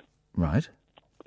Now, I bet some guys that went out the next day after watching this show Different and strokes. loving it, Yeah, different strokes. yeah, and watching it, went out and maybe called a guy in the street that was black N-word. Yeah. Right. The next day, after watching and enjoying that programme. Because of... Not because of different strokes, but they thought of that and they enjoyed it. They enjoyed it. The next day, yeah, they might have just been on a bus, and that guy that was black might have just been checking their bus ticket. Right. And they might have turned around and called after them the N-word. because of different strokes, not people were racially abusing bus conductors. No, not because you twisted it. I'm they struggling would to have understand enjoyed the Different Strokes programme, and the next day they might have just acted. What are you talking about, Willis? I'm just you've been quite racist in this, Paul. No, I have not. You have because you haven't mentioned his daughter or the ginger kid. Yes, the daughter was white and his own. Yes, right. And you didn't mention her. It's a little bit racist. No, I was going to finish off. You were going to finish her off. And the ginger kid, was taking the mick out of for being ginger. No. Yes. I didn't notice that the two boys were black because I don't see colour. No, well, that's fine by me because I don't see colour either. That's my point. Unless they're a bus conductor. No, I'm just saying the next day someone might have gone out after watching and enjoying that programme and it being a big hit. Yeah. They might have gone out the next day and said the N-word. Or they might have not... in that time. Or they might have not watched it because they didn't like black people on telly. I'm just saying it was a massive TV hit show. I know, I remember it. Different strokes. Yeah, you sang the theme tune very well. Thank you. Yes, not the original. I was too young, but I'm confused because you said you were going to prove to me that racism is stupid. Well, it is stupid, isn't it? Because it was a massive TV hit show where in that time racism was rife. So I don't understand what your problem is. Is it with Different Strokes and Mr. D? No. Or is it with racism? It is with racism. That's my point. Well, you'd be pretty hard pushed to find anybody. Let's put it out there. If you think that racism is good and abusing black bus conductors, 0344... He's gone. 0344 499 1000. We never found out if his mum enjoyed her soothers. Late night Iain Lee on Talk Radio. We have ways of making you talk. 0344 499 1000. Good evening, Dan. Good evening, Iain. What have you got for us, Dan? I'm a parent, Iain. Yeah. And I spend my evenings recording trails for your show. Good. Kids, I think kids these days get too much attention. They do. So this is what I've prepared for you, Ian. Okay. This is a pre-record. I don't know how it will sound. Okay. If it works. It sounds very quiet. Mm. Believe it or not, Ian Lee's on the air every weeknight at 10. I know it seems strange, but he's still got his job. He's not been sacked. Believe it or not, he's on air. So yes. So yes, indeed. So yes. Thank I can only apologise, really. Yeah. Well, go on then. It kind of seemed a good idea at the time. I don't believe that for a second. Do not believe that for a second. As good an idea as a man sat on his own in his front room can have. No, I accept that, Dan. But yes, I would like that apology you promised. Ian. Yeah? I'm sorry. Thank you, Dan. 0344 499 1000. Paul, there's no double bubble on this show. Everyone knows that.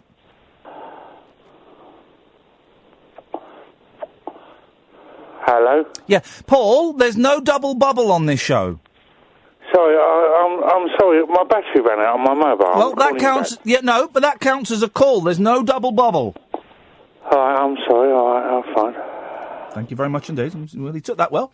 0344 499 1000 is the telephone number. If you want to give us a call, you're more than welcome to.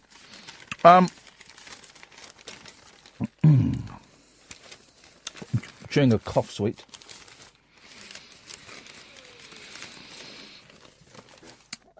So, 3 passengers from a United Airlines flight, female, lady passengers, were banned because they were wearing leggings. Is this true? I saw this. Is this true? Well, I'm holding the Daily Express. It must be true. It must be true. Dominic Midgley, there's a great name, isn't it? Midgley, has written a piece. United Airlines ignited a Twitter storm at the weekend after telling a 10-year-old girl. Catherine, can you pull up this story? Because this is going to give me the headlines of it before it goes into a different thing. United Airlines ignited a... Because I can't believe this is true. I suspect we're not getting the full story here. Ignited a Twitter storm at the weekend after telling a 10-year-old girl she would not be permitted to board their plane from Denver to Minneapolis unless she covered up her leggings. There has to be more to it than that, doesn't there? Can't just be leggings. Were they offensive leggings? What were the leggings? I tell you what I hate. Jeggings. It's jean leggings. Because you can't get them for men. I'd love to wear a pair. You can't get them for men. Can't do it. Jeggings. Nah. The American carrier was slammed for body shaming and sexism, with the model Chrissy Teigen tweeting, "I have flown before with literally no pants on." That means trousers. Oh, no, it doesn't. No, just a top as a dress.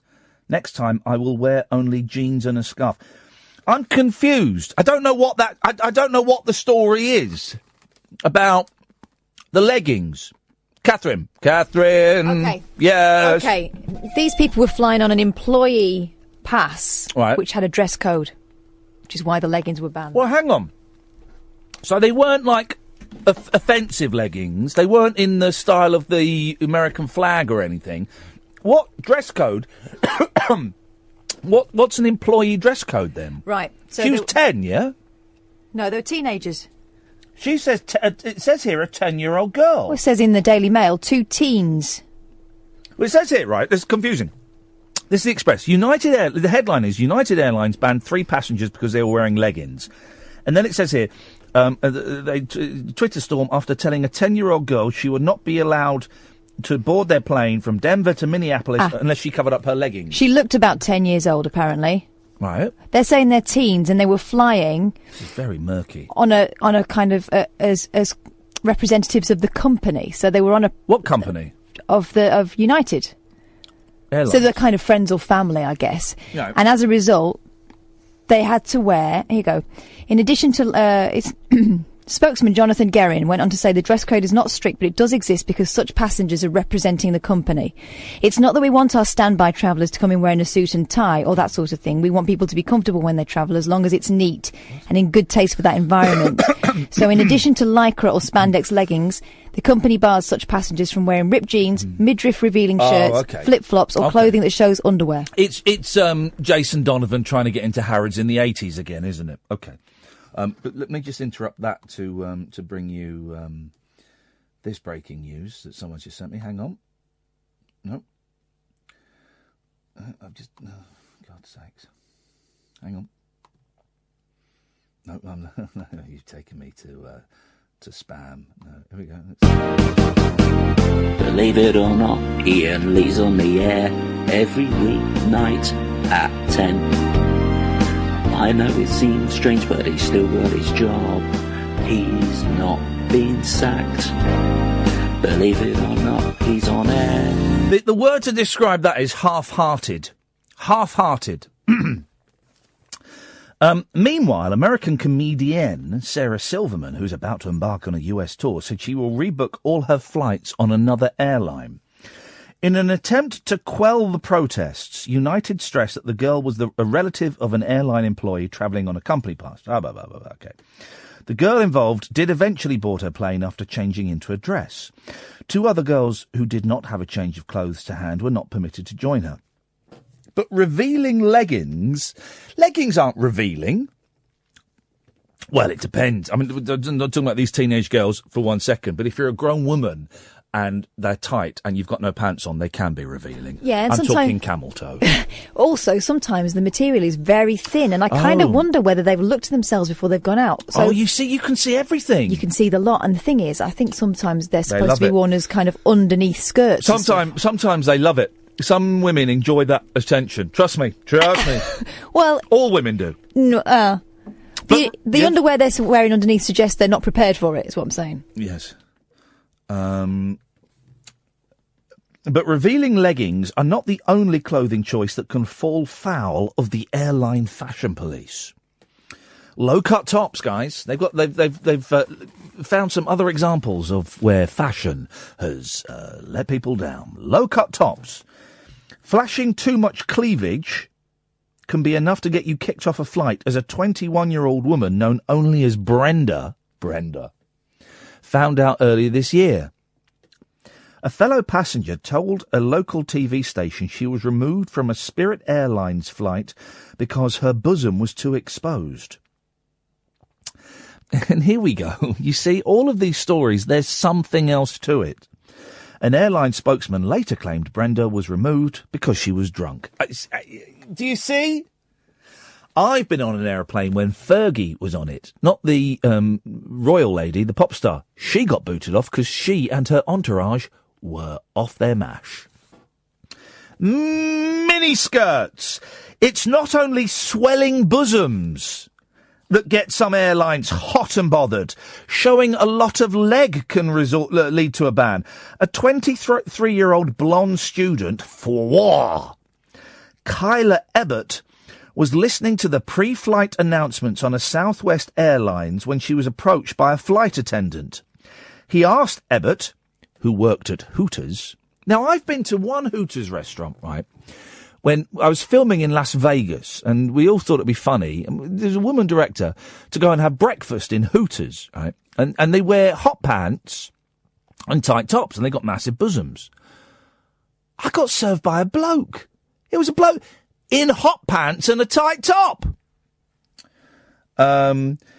She was told to disembark, and when they reached the privacy of the walkway leading to the plane, he told her clothing was inappropriate. He told me, "I'm sorry, but you're going to have to take a later flight. You are dressed inappropriately. This is a family airline. You are dressed too provocatively to fly on this flight." Ebbert, who was wearing a miniskirt and a tight top with a cardigan buttoned below her breasts, protested she had nothing else to wear. But a compromise was reached when she promised to pull up her top and pull down the skirt. Sexy flights. Sexy flights. Why? Some people, people genuinely have sex on aeroplanes. How the hell do they do that? I can't even read a book on an aeroplane without getting motion sick. So the thought of trying to, what a lot of fuss. Can I sleep? Can you just let me sleep and don't wake me for the meal, please? It'll taste awful.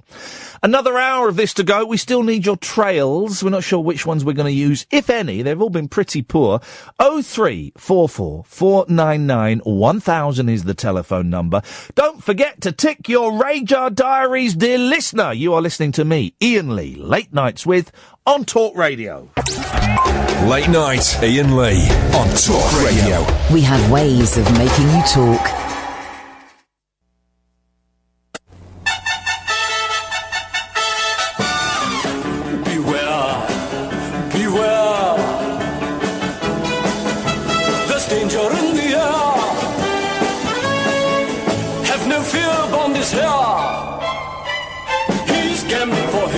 At Casino Royale, there goes a spy.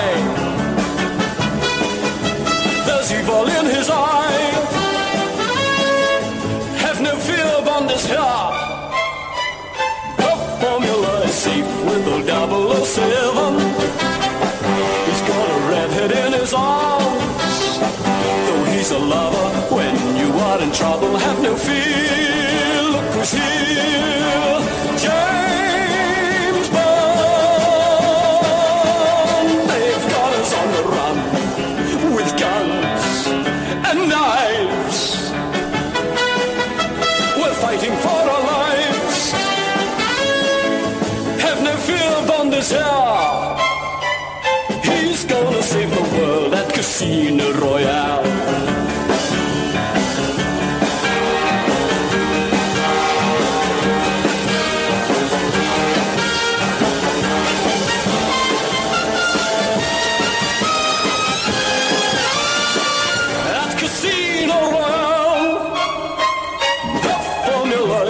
With old 007, he's got a redhead in his arms.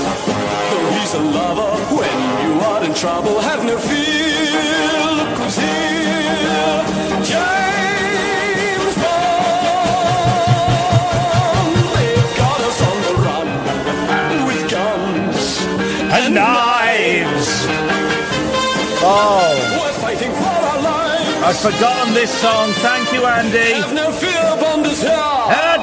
He's gonna save the world at Casino Royale. James Bond, he's here. So have no fear. I've forgotten about that. Thank you, Andy, on Twitter. That's a treat. Absolute treat. I'd forgotten there was a version with lyrics. Man alive. Joe McGrath, one of the 5 directors of that movie, will be in this studio on Thursday. And also director, and I think, I shouldn't say this, right? I think it's on YouTube. Magic Christian. I think the full film is on YouTube, all right? Buy it on DVD. But if you can't afford it or you don't want to, watch the film on YouTube. One of my favourite films, The Magic Christian. An absolute joy. I think it's a masterpiece. I think it's wonderful. One of Peter Sellers' greatest films. And Joe directed it, and he's coming in on Thursday. And I'm going to be all fanboy, and I'm going to get him to sign a DVD. I did have it on DVD, and I think I lent it to someone. It's one of those films I lend to people, and I've not got it back, so I had to buy it again on DVD, which I'm more than happy to do, because I'm going to get his John Emery on there, so that's going to be nice. Thursday, guys, Thursday. Oh, we've got, are we doing Tarby tonight? Do you want to do Tarby tonight? We'll do Tarby tonight, yeah, we'll do Jimmy Tarbuck tonight, in a little bit. So, that probably means there's about another 30 minutes or so for your calls, so if you're thinking of calling in this evening, now would be an excellent time. I still need a bit of help. I've tracked down Scott Chisholm. I still need a bit of help finding Wild Al Kelly, who was on Talk Radio I phoned him up once. It was in my 3rd year at college, because we were living in the flat in Bramley Road. So it would have been it was the same year that they got rid of the 01 number for London, and it became Well, what did it become first? It was 01. Was it 0171, 0181? No, that came later, didn't it? There was something before that. No, it was 01. Then it was 0170, 0180. Wasn't it? Then it was 0208 and 0207. Wasn't it? I can't remember what the numbers were. Someone call up, please. 0344 499 1000.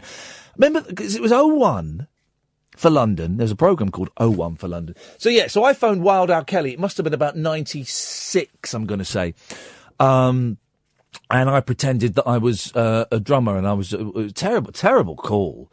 It's only the second or third time I'd ever phoned a radio station. The first one was when Windsor Castle, there was a fire at Windsor Castle, and I was in halls of residence, and I phoned up, so that would have been 93. I phoned up to kind of do like a prank call, but I just phoned up LBC. I don't know what I said. It was awful. I've got it on tape somewhere. I did. I've probably lost it now. And then I phoned up Wild Al Kelly because I think Paul McCartney was auditioning for a drummer or something, and I had cushions scattered on the floor, and I remember going, "Oh, drums, yeah." I have no idea. I'm absolutely no idea. I would have been off my face when I phoned up. But I'm trying to find Wild Al Kelly. So, who was on talk radio for about 15 minutes, I think he lasted. Then he got the boot. If anyone knows, I've just got an idea for something that I want to do. So I need a bit of help. He's kind of the missing piece in this strange little jigsaw puzzle, what I am putting together. So if anyone has any ideas, 0344. He wants triple bubble. Hang on a minute. Flipping, it's the Paul in Stoke Poacher show. Paul, you can't have triple bubble. Well, I wasn't allowed double bubble. I thought I was allowed triple bubble. No, you can't have it. No, you get one bubble. I don't know the rules, do I? I'm telling you, know the rules now. You get one call a night. Unless it's a straight-to-air show, which it will be on Friday, when people can phone up as many times as they want. But you get one call a night. Okay, can I just say, you said 01, what was after 01, yes, yeah? Yes. It was 071 or 081, depending on where you lived in London. Then it became 0171. 01 after that. Now, do you know what I feel sorry for? My listeners, when you call up? Are the people that are self-employed businessmen, like builders and that, having to change their flipping phone numbers on their van all the time. Well, but otherwise there wouldn't be enough phone numbers, though. You still see some shops, don't you, in London that are 017, they've got 0171 on the, above the door. Yeah, you do, yeah. I feel sorry for the racists. I feel sorry for the racists who have to change their number. Okay. Here we go. No, you don't get double bubble. You don't get triple bubble. Certainly not. You get one bubble. You get one bubble per show. Even if we haven't got any callers, you get one bubble. Except, of course, if it's a show where it's straight to air, which we're doing on Friday. 10 till 1, it's all straight to air. You can call up as many times as you want. You can do whatever you want. You can be as stupid as you want. You can be as heavy as you want. I don't mind. Kath will be in the studio. We'll have Ed in for a significant portion of it as well. And we'll just sit around and have a chat. And if you want to chip in, you can. If you don't want to chip in and you want to listen, then you can do that as well. It's all groovy, man. It's all groovy. Hot pants. Hot pants. Why are they called hot pants? Is it because it makes you look hot? I mean, really? Hot Pants, a burlesque dancer, was turned away from her flight in Boston because her outfit was deemed improper, even though she was not in her stage costume. Wow, here's a name. Maggie McMuffin. Guys? From Seattle, was dressed in a jumper emblazoned with a tiger, black and white hot pants, and matching thigh-high socks. Even reading those words, I'm feeling a stirring. Even that, just saying that sentence is making me think. But she was barred from boarding the aircraft last May because an air hostess thought her shorts were just too darn short. Offensive T-shirts. Brad Giacotti from Bayswater, London, pronounced himself stumped when a security man... Oh, this is brilliant. This can't be true. This can't be true. Listen to this. This is incredible if it's true. Brad Giacotti from Bayswater, London, pronounced himself stumped when a security man at Heathrow's Terminal 5 took objection to his... Now, he's wearing a T-shirt, right? Both of you, have a guess what was on his T-shirt. Ed, you first. What was on his T-shirt that the security guard said, you ain't getting on the plane with that on, buddy? Was it some sort of terrorism joke or something, like a picture of Bin Laden or something? I don't know. Okay, no, even that I would think would be a bit extreme to stop. But okay, no, it wasn't a picture of... It wasn't... Well, not quite. Okay. Not quite. Catherine, what do you think was on Brad's T-shirt that prevented him from getting on board a flight? Was it a picture of Donald Trump? Well, you're both kind of in the right ballpark, actually, so maybe it's not that fantastic. He had a Transformers T-shirt featuring Optimus Prime, the leader of the Autobots. What? Giacotti, 30, recalled, he says, we won't be able to let you through because your T-shirt has got a gun on it. Oh. So the T-shirt might shoot somebody. I was like, what are you talking about? It's a cartoon robot with a gun as an arm. What was I going to do? Use the shirt to pretend I had a gun? Giacotti had to change before being allowed to board. Wow. Oh, come on. If that's true, that is beautiful. That is absolutely beautiful. You do get the feeling that some of these security people, they enjoy the power, don't they? They enjoy the power. I normally get on quite well with security people because I got just the right amount of jokes with them, and then a little bit of sympathy with them because they're doing a mundane job, and but I still to this day annoy my wife. Kath, I think we did it when we went to security. Go, Kath, where have you hidden the guns, bombs, drugs? Any one of those in the security at a loud whisper. Kath, where have you hidden the drugs? Have you got the guns? Constantly. Oh, people travelling with me hate it. Of course they do. It's a really stupid thing to do. What's that? Is it Meet the Parents or Meet the Fockers, where he gets on the plane and he's going, I'm afraid, sir, we're going to have to ask you to leave. You mentioned the word bomb. He's going, bomb, bomb, bomb, bomb, bomb, bomb, bomb, bomb, bomb. Very funny film. I haven't seen that for a while. I need to watch that again. In another case, Alan Jasson, 55, a London-based IT worker, was banned from a Qantas flight in Melbourne in 2007 for wearing a T-shirt featuring an image of President George W. Bush along with the slogan, World's #1 Terrorist. What a crazy world we live in, huh? Julie, I'll come to you after this. Late night, Iain Lee on Talk Radio. We have ways of making you talk. Tarby coming up soon. Evening, Julie. Good evening, Ian. Good evening, Julie. Hello. Hello, Julie. What have you got for us? I thought I would just try and do a trailer for you. Oh, you're going to have a go? I'm going to have a go. And then as I was on the phone, I'm thinking, no, maybe not. But, hey, I'm here now. No, you're here now. You can back out of it if you want, but we'd all think much, much less of you, Julie. So Here we go. Press record and play on the cassette. We've got a fresh cassette in. Where you go, Julie. Iain Lee on Talk Radio, 10 p.m. to 1 a.m. Sometimes you cry, sometimes you laugh, always unique. Oh, that was clever because it's you, isn't it? Was that right? Yeah, right. It is, isn't it? It's you. You cry, you laugh, unique. Did you know that you'd done that? Yes. That's thinking, you see. This is the problem with this show, Julie, that I'm the only one that thinks.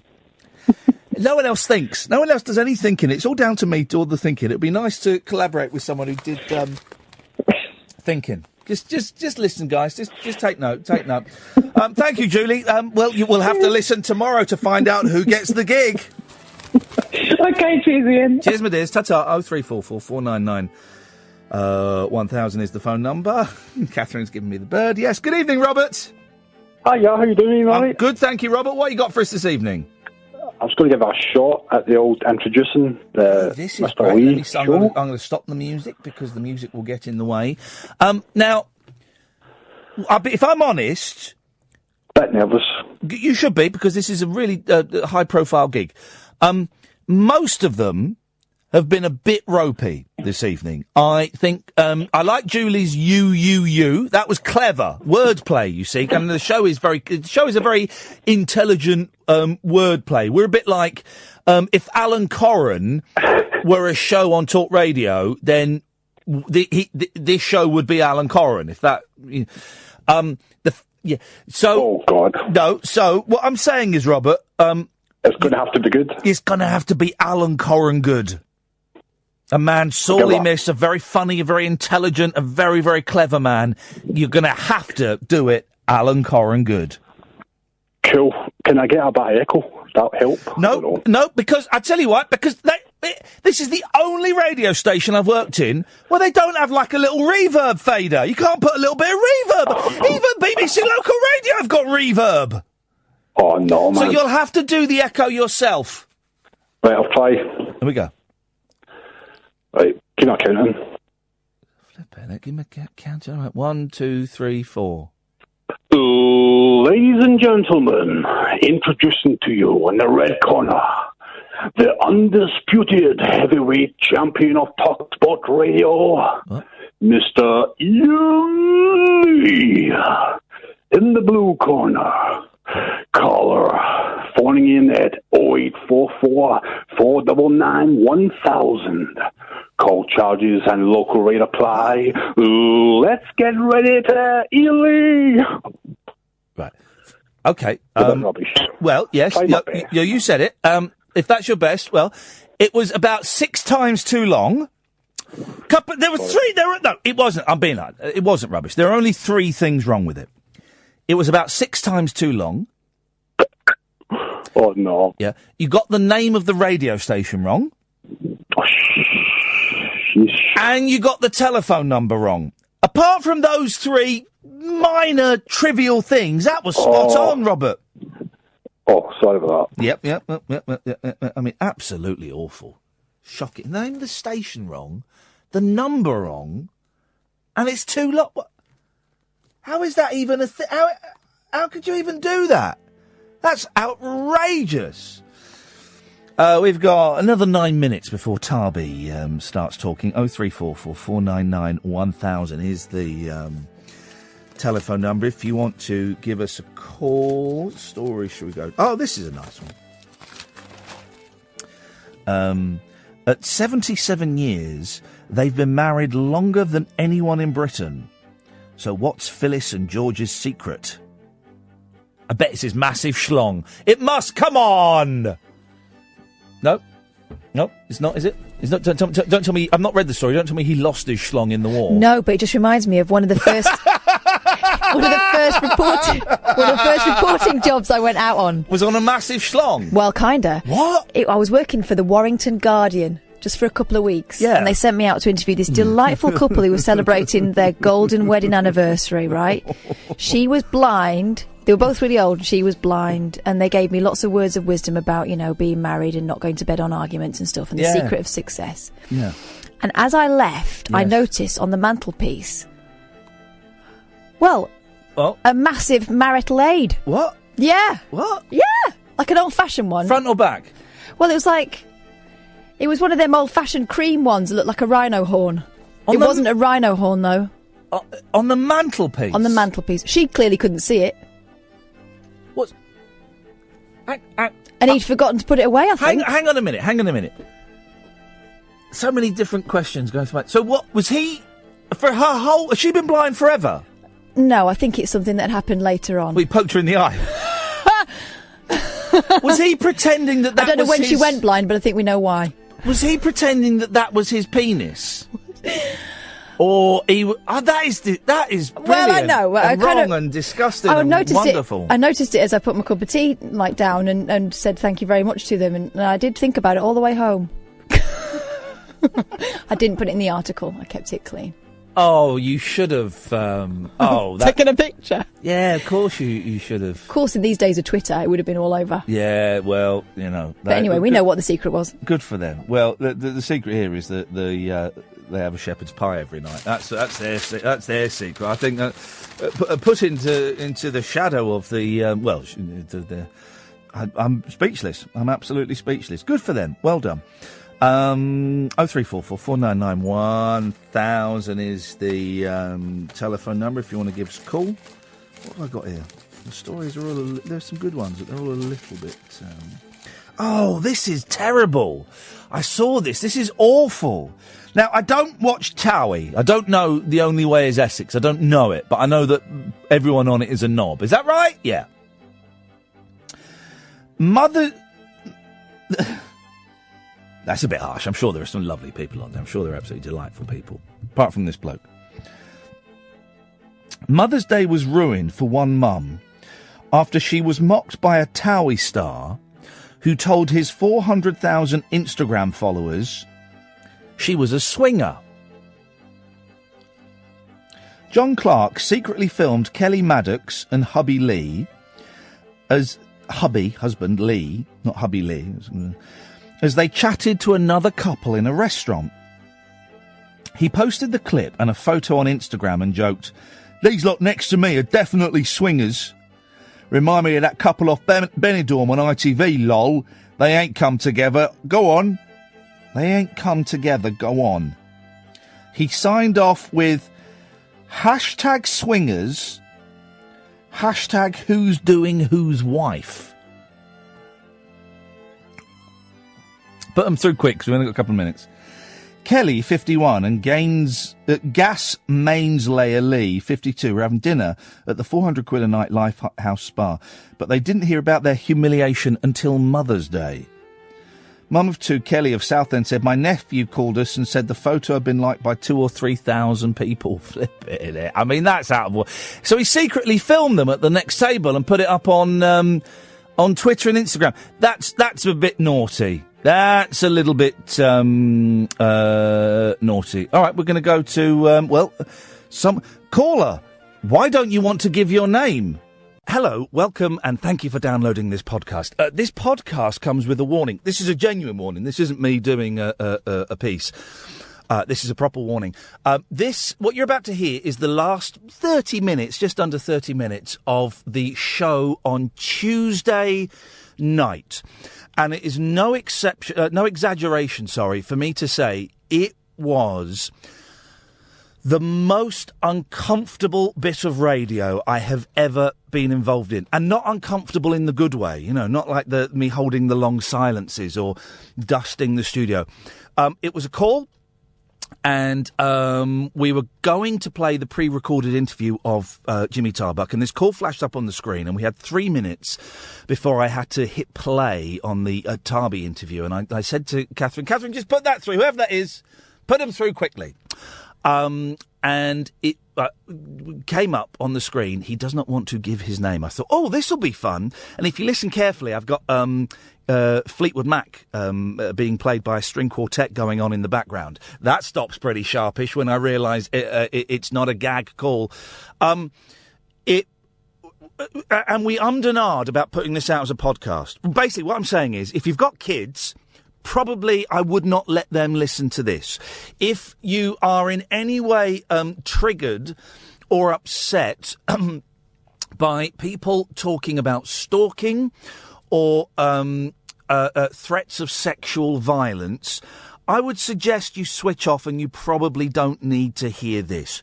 We ummed and ahed about putting this out as a podcast. We weren't going to put it out as a podcast, but we kind of decided it happened. It had gone out on the air. It's still available to listen to on the Listen Again feature. If you go on the website, you can listen to all of the show again, and it was still there. So we kind of thought, well, actually, we will put it out as a podcast because maybe someone will get something out of this, something positive out of this. I do warn you, and it's not a warning I make lightly. This really is really uncomfortable listening, and you will hear me. Are we playing the whole half an hour right up to the end with Hassan's call as well? I think so. Yeah, I agree. You will hear me completely lost, not only for words, but for what to do. Okay, you will hear me just lost, completely lost, and flummoxed by this. Okay, you have been warned. Okay, with that warning in mind, have a listen to Thomas. Was that the name he gave? Have a listen to Thomas. Because I want to talk about an experience what I've had. Oh, okay, away you go, sir. Well, he called me Thomas. Okay, Thomas. I used to be a stalker, and I used to be obsessed with this girl. Right. And I lost contact because of my condition. What's your condition? Muscular dystrophy Duchenne. Okay, I know a bit about muscular dystrophy. I got, I had a couple of cousins that had it. One's passed away, but the other's still around. Okay, what do you mean you were a stalker? Well, recently I tried to get in touch with that individual, and they didn't want to know because apparently they moved on. Right. What do you think the future could be? What do you think about people who do those sorts of things? Well, I don't know. Right, hang on a second. You came on and said you were a stalker. Okay, that brings up all kinds of connotations. I used to be. Well, what do you? How did you used to stalk? What did you do that you would classify as stalking? I was harassing her. Right. Did the police get involved? Yeah, they were involved. Did you get charged with it? Well, I hired a private investigator and they put a tracker on the car and shit. Sorry for the language. No, it's all right. Just a yellow card. But so did the police? Did she get the police involved to stop you doing that? Yeah, because I was at a house and. Who's that in the background? Who's that in the background, Thomas? It's my bed. I got a squeaky bed. Squeaky bed. You're not in prison, are you? It sounds like a prison bed. One of us. No, I'm not in Magistrate's Finest. Right, hang on a minute. So, I need to go back quite a bit, and guess what, guys? I think we might play Jimmy Tarbuck tomorrow. Okay, so forget. So, how did you meet this girl? Did you go to school with her? No, we lived on the same street. Right, and did she express any interest in you? When we were kids, we were just friends playing out. Yeah. But when I went into secondary school, because of my condition, it affected me because I couldn't walk. Yeah. And I ended up getting a bit obsessive with her. Yeah. And then it affected it in the future because I did bad things to her and shit. But when I got older, I started contacting her, and then she got the police. Right. Did the police charge you with stalking or charge you with anything? It was a caution. Right, got a caution. Okay, so that means that they think you did something bad. You said you did bad things to her. What does that mean? Well, on the computer, I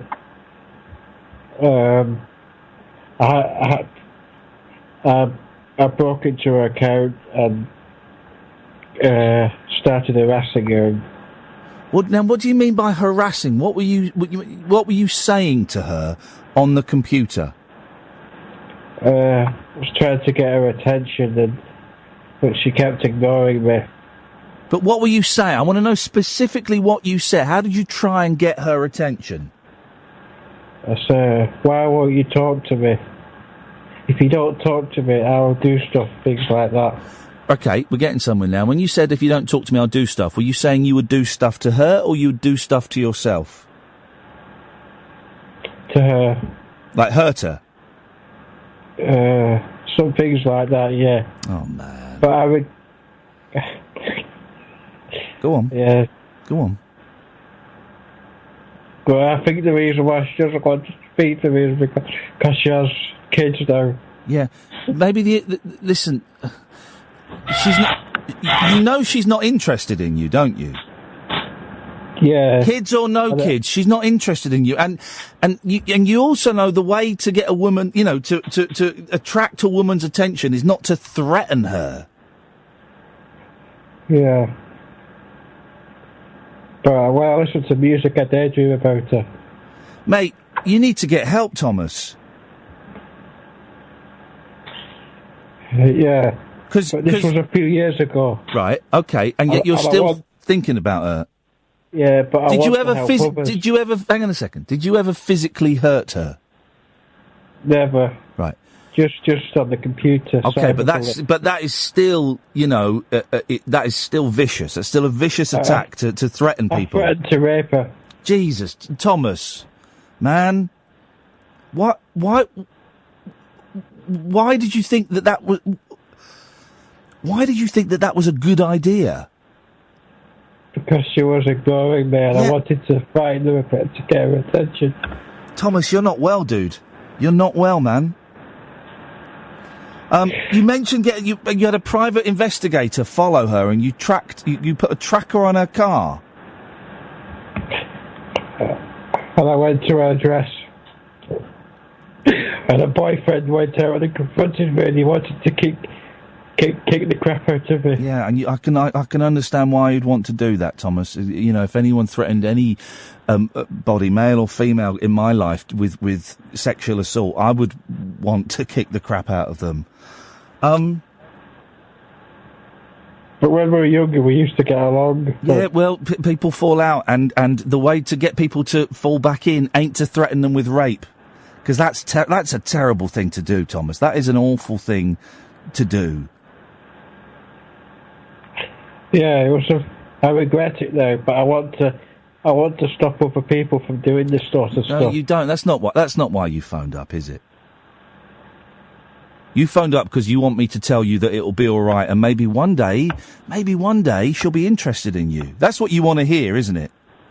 But she'll just keep calling the police. Mate, you have. When was the last time you made contact with this poor woman?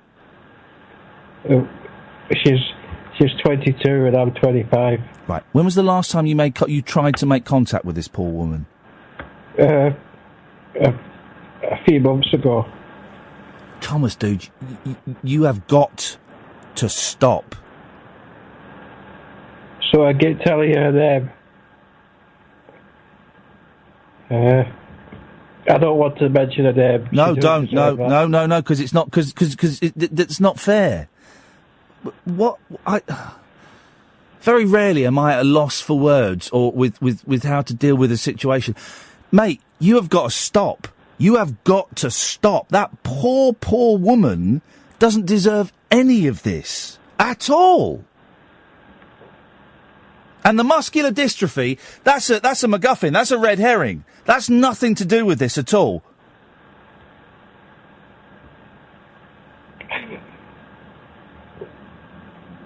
She won't talk to me anymore. No, Thomas!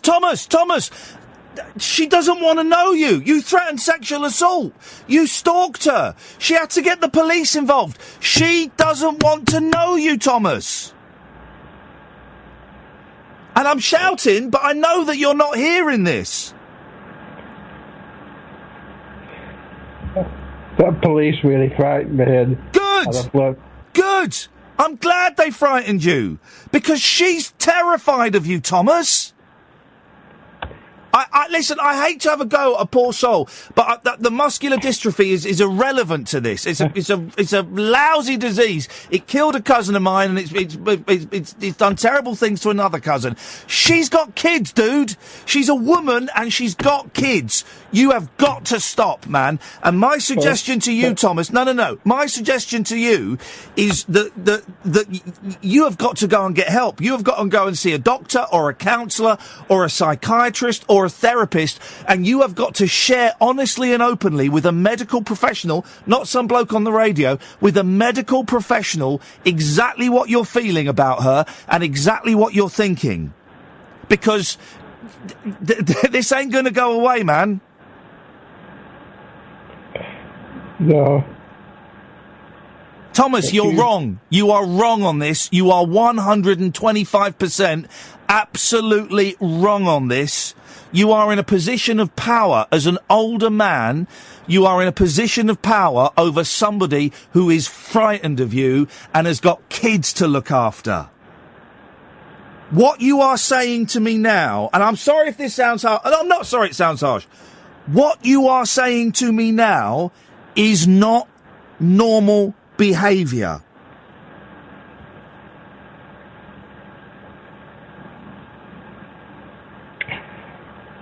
I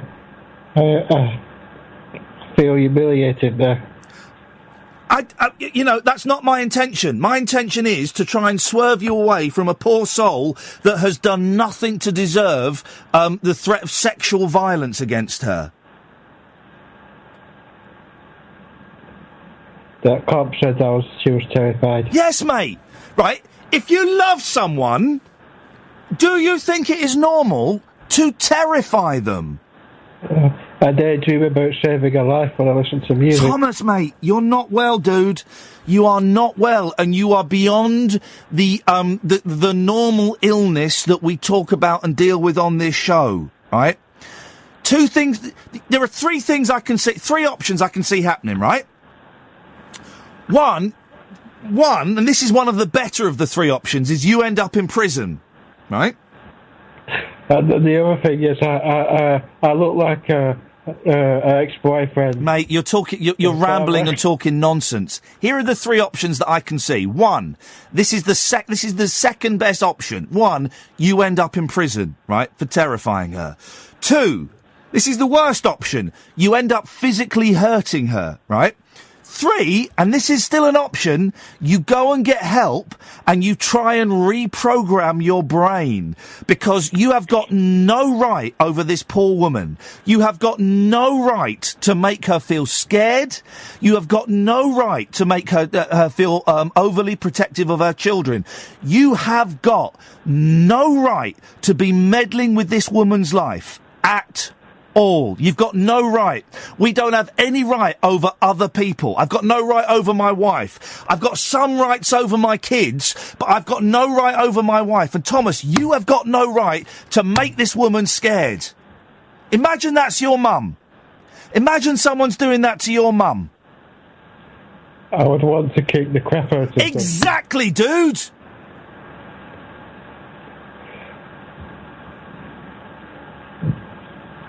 Why are you calling me? What do you want to get out of this call? I want to share my story when I was a stalker. You still are, Thomas. You still are. And I'm sorry if I don't sound sympathetic, right? My sympathy is with that woman, is with her partner, and is with her kids. That's where my sympathy is. I've got sympathy because you've got muscular dystrophy, but that's got nothing to do with this. Nothing to do with this, right? I've got sympathy with her and her family.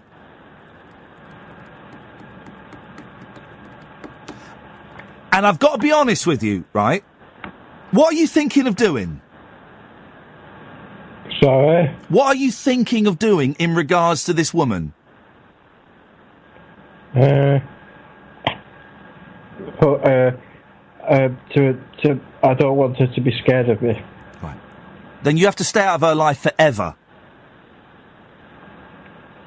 Yeah. Are you thinking of getting in touch with her? No, the current minute. I'm in a really... Yeah. I have to have a really serious... Jesus Christ. I've got to talk to my producer because... Shall I tell you what is going on in my head right now? Shall I tell you? I think morally I am obliged... I can see where you're calling from. Morally, I'm obliged to give to give this number to the police. I feel obliged to do it because from what I am getting from this phone call, Thomas, is a young woman's... No, since the police have spoken to me, I've learned from it. No, you haven't, mate. You haven't. And my moral obligation is not... My moral obligation is not to that woman. It's not to you. It's to that woman and her kids. And I feel... I just want people... This is awful. This is awful. Jeez, this is awful. I just want other weirdos like me to stop doing it. When was the last time? This is awful. I don't know what to do. This was 3 months ago, okay? When was the last time... 3 months. When was the last time the police spoke to you? 2 months ago. What did they say to you? Strong words. Thomas, I tell you what... They said if I contact you again, I'll go down to prison. They said they'll arrest me. This is awful. Yeah, it's disgusting. Do you know what? I'm being selfish. I'm not worried about you. I'm worried about the position this puts me in. This puts me in an awful, awful position. Thomas, Wait, please. If I don't... Oh, Jesus. What I did. Jesus. Listen, Thomas, I'm going to let you go because I am out of my depth with this. This is what I'm going to tell you what I am going to do. Wait. No. I am out of my depth with this. I am out of my depth with that. This is an awful situation. I am putting my hand up and saying I'm going to get in touch with the police and I'm going to give that tape to the police in that area, Catherine. I have to. Oh, God, I feel terrible. This is awful.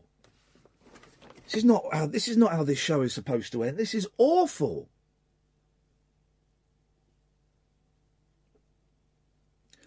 I've never been in this position before.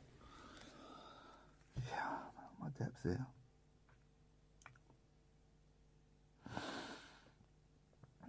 Right, okay. I'm making the decision. Right, Catherine, please can we oh God, I feel sick. This is not how this show is supposed to end. This is awful. If Hassan's calling in to talk about that, I don't want to talk about it. What we'll do is if we can clip that audio, please. If we can find the police force in that area, and I'm happy to send an email with the audio and with that phone number, just saying I feel very uncomfortable because I feel beyond uncomfortable. I feel actually, I'm sorry, Thomas.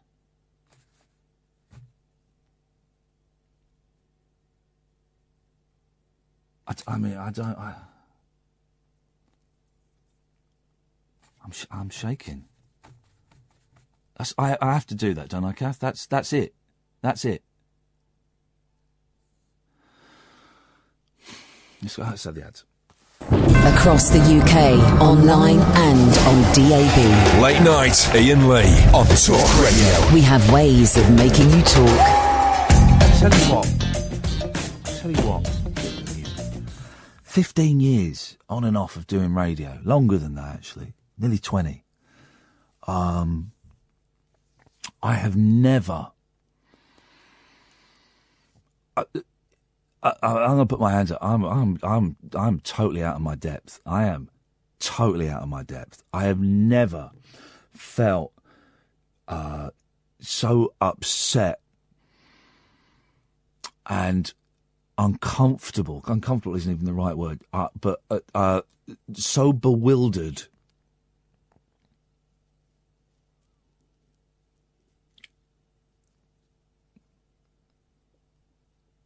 I've never felt so bewildered as to what to do after a call. I've flipping it.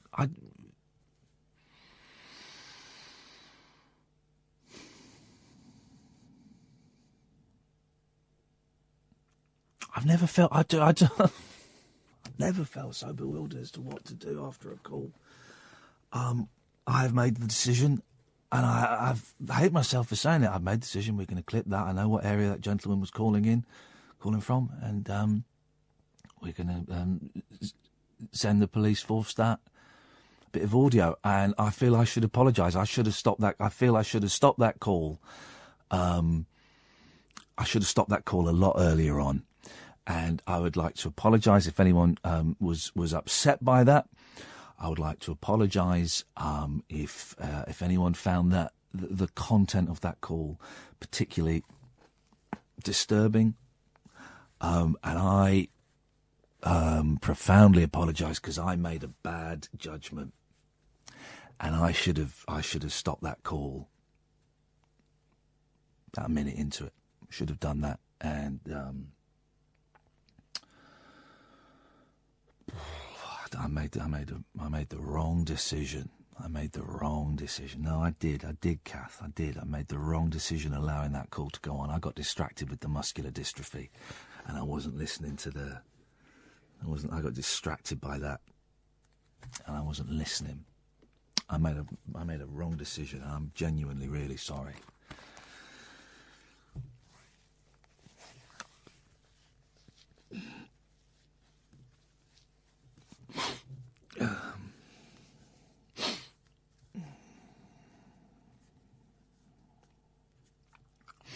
Let's go to Hassan. Good evening, Hassan. Good evening, Ian. Hassan, what you called in for, boss? I was listening to your podcast. I haven't listened this week, I'm afraid, due to work, so really sorry. Unbelievable. I want a note from your mother. Forgive me. I know you hate callers who call in who haven't listened to your show, so I'm one of them today. I'm sorry. I don't hate them at all. Don't worry. Well, Go on. You mentioned it. And the thing is, Ian, you're the only person who's ever said he likes Coke and milk, and Catherine was flabbergasted. Yeah. She'd never heard it. Well, it's a big thing in my community. Well, not in so much in the Asian community, but especially in my family. Like my dad drinks it every night. Coke and milk. It's Cokey milk. It's what it's all about. It's what it's all about, Hassan. It's the future. What other Do you know what, Hassan? I'm gonna say goodbye because I can't fake it. So I'm trying to fake it and I can't fake it. That's fine. That's but bless you, brother. Bless you. I'm trying to fake it and I can't fake it. So what are we going to do? We've got 4 minutes. 4 minutes to do something. I'm not going to play a bit of music because that would be inappropriate. None of the stories in the newspaper seem to particularly hit the spot. So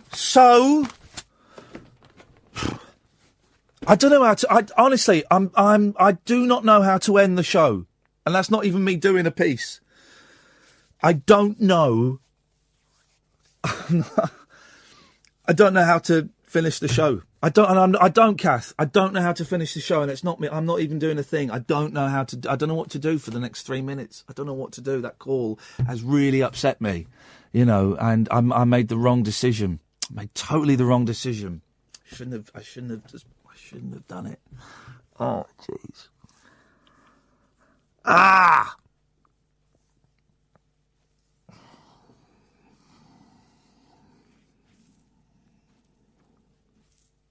I have no ending for the show.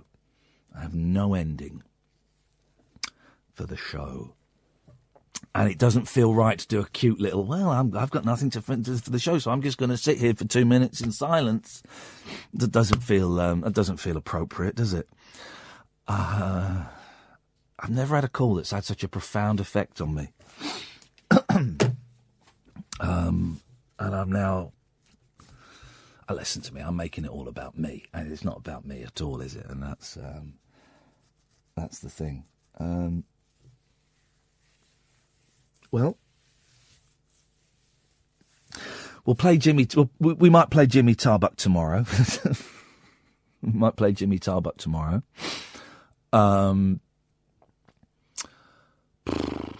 We've got the call straight to air on Friday. We've got some good stuff coming up in the week. There we go. That's what we can talk about. We've got some good stuff coming up in the week. We can play Jimmy Tarbuck tomorrow. That'll be fun. Wednesday night.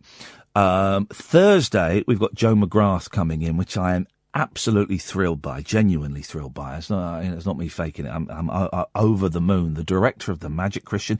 88 yesterday, today, Tuesday. And whenever Tuesday was, 88 years old. So he's coming in, and on Friday we'll take calls straight to air. I'm going to tell you how I'm feeling. I'm going to make it about me. Why the hell not? My show. Do what I want. I am shaking. I am speechless, and I feel sick. It's not in my stomach. I feel really sick. That I don't know. 45 seconds to go. Doesn't that feel like an absolute lifetime? Huh? Doesn't it feel like a lifetime? I ain't got nothing, guys. For the first time, I ain't got nothing. 30 seconds to go. 30 seconds to go. That's all I've got is a countdown. 20 seconds, 21 seconds. 21 seconds to go. Let me know when you need the studio. I got 21 seconds before I have to go. Right. I'm done. I'm out of here. Show's finished. Show's over. Go away. Bye-bye.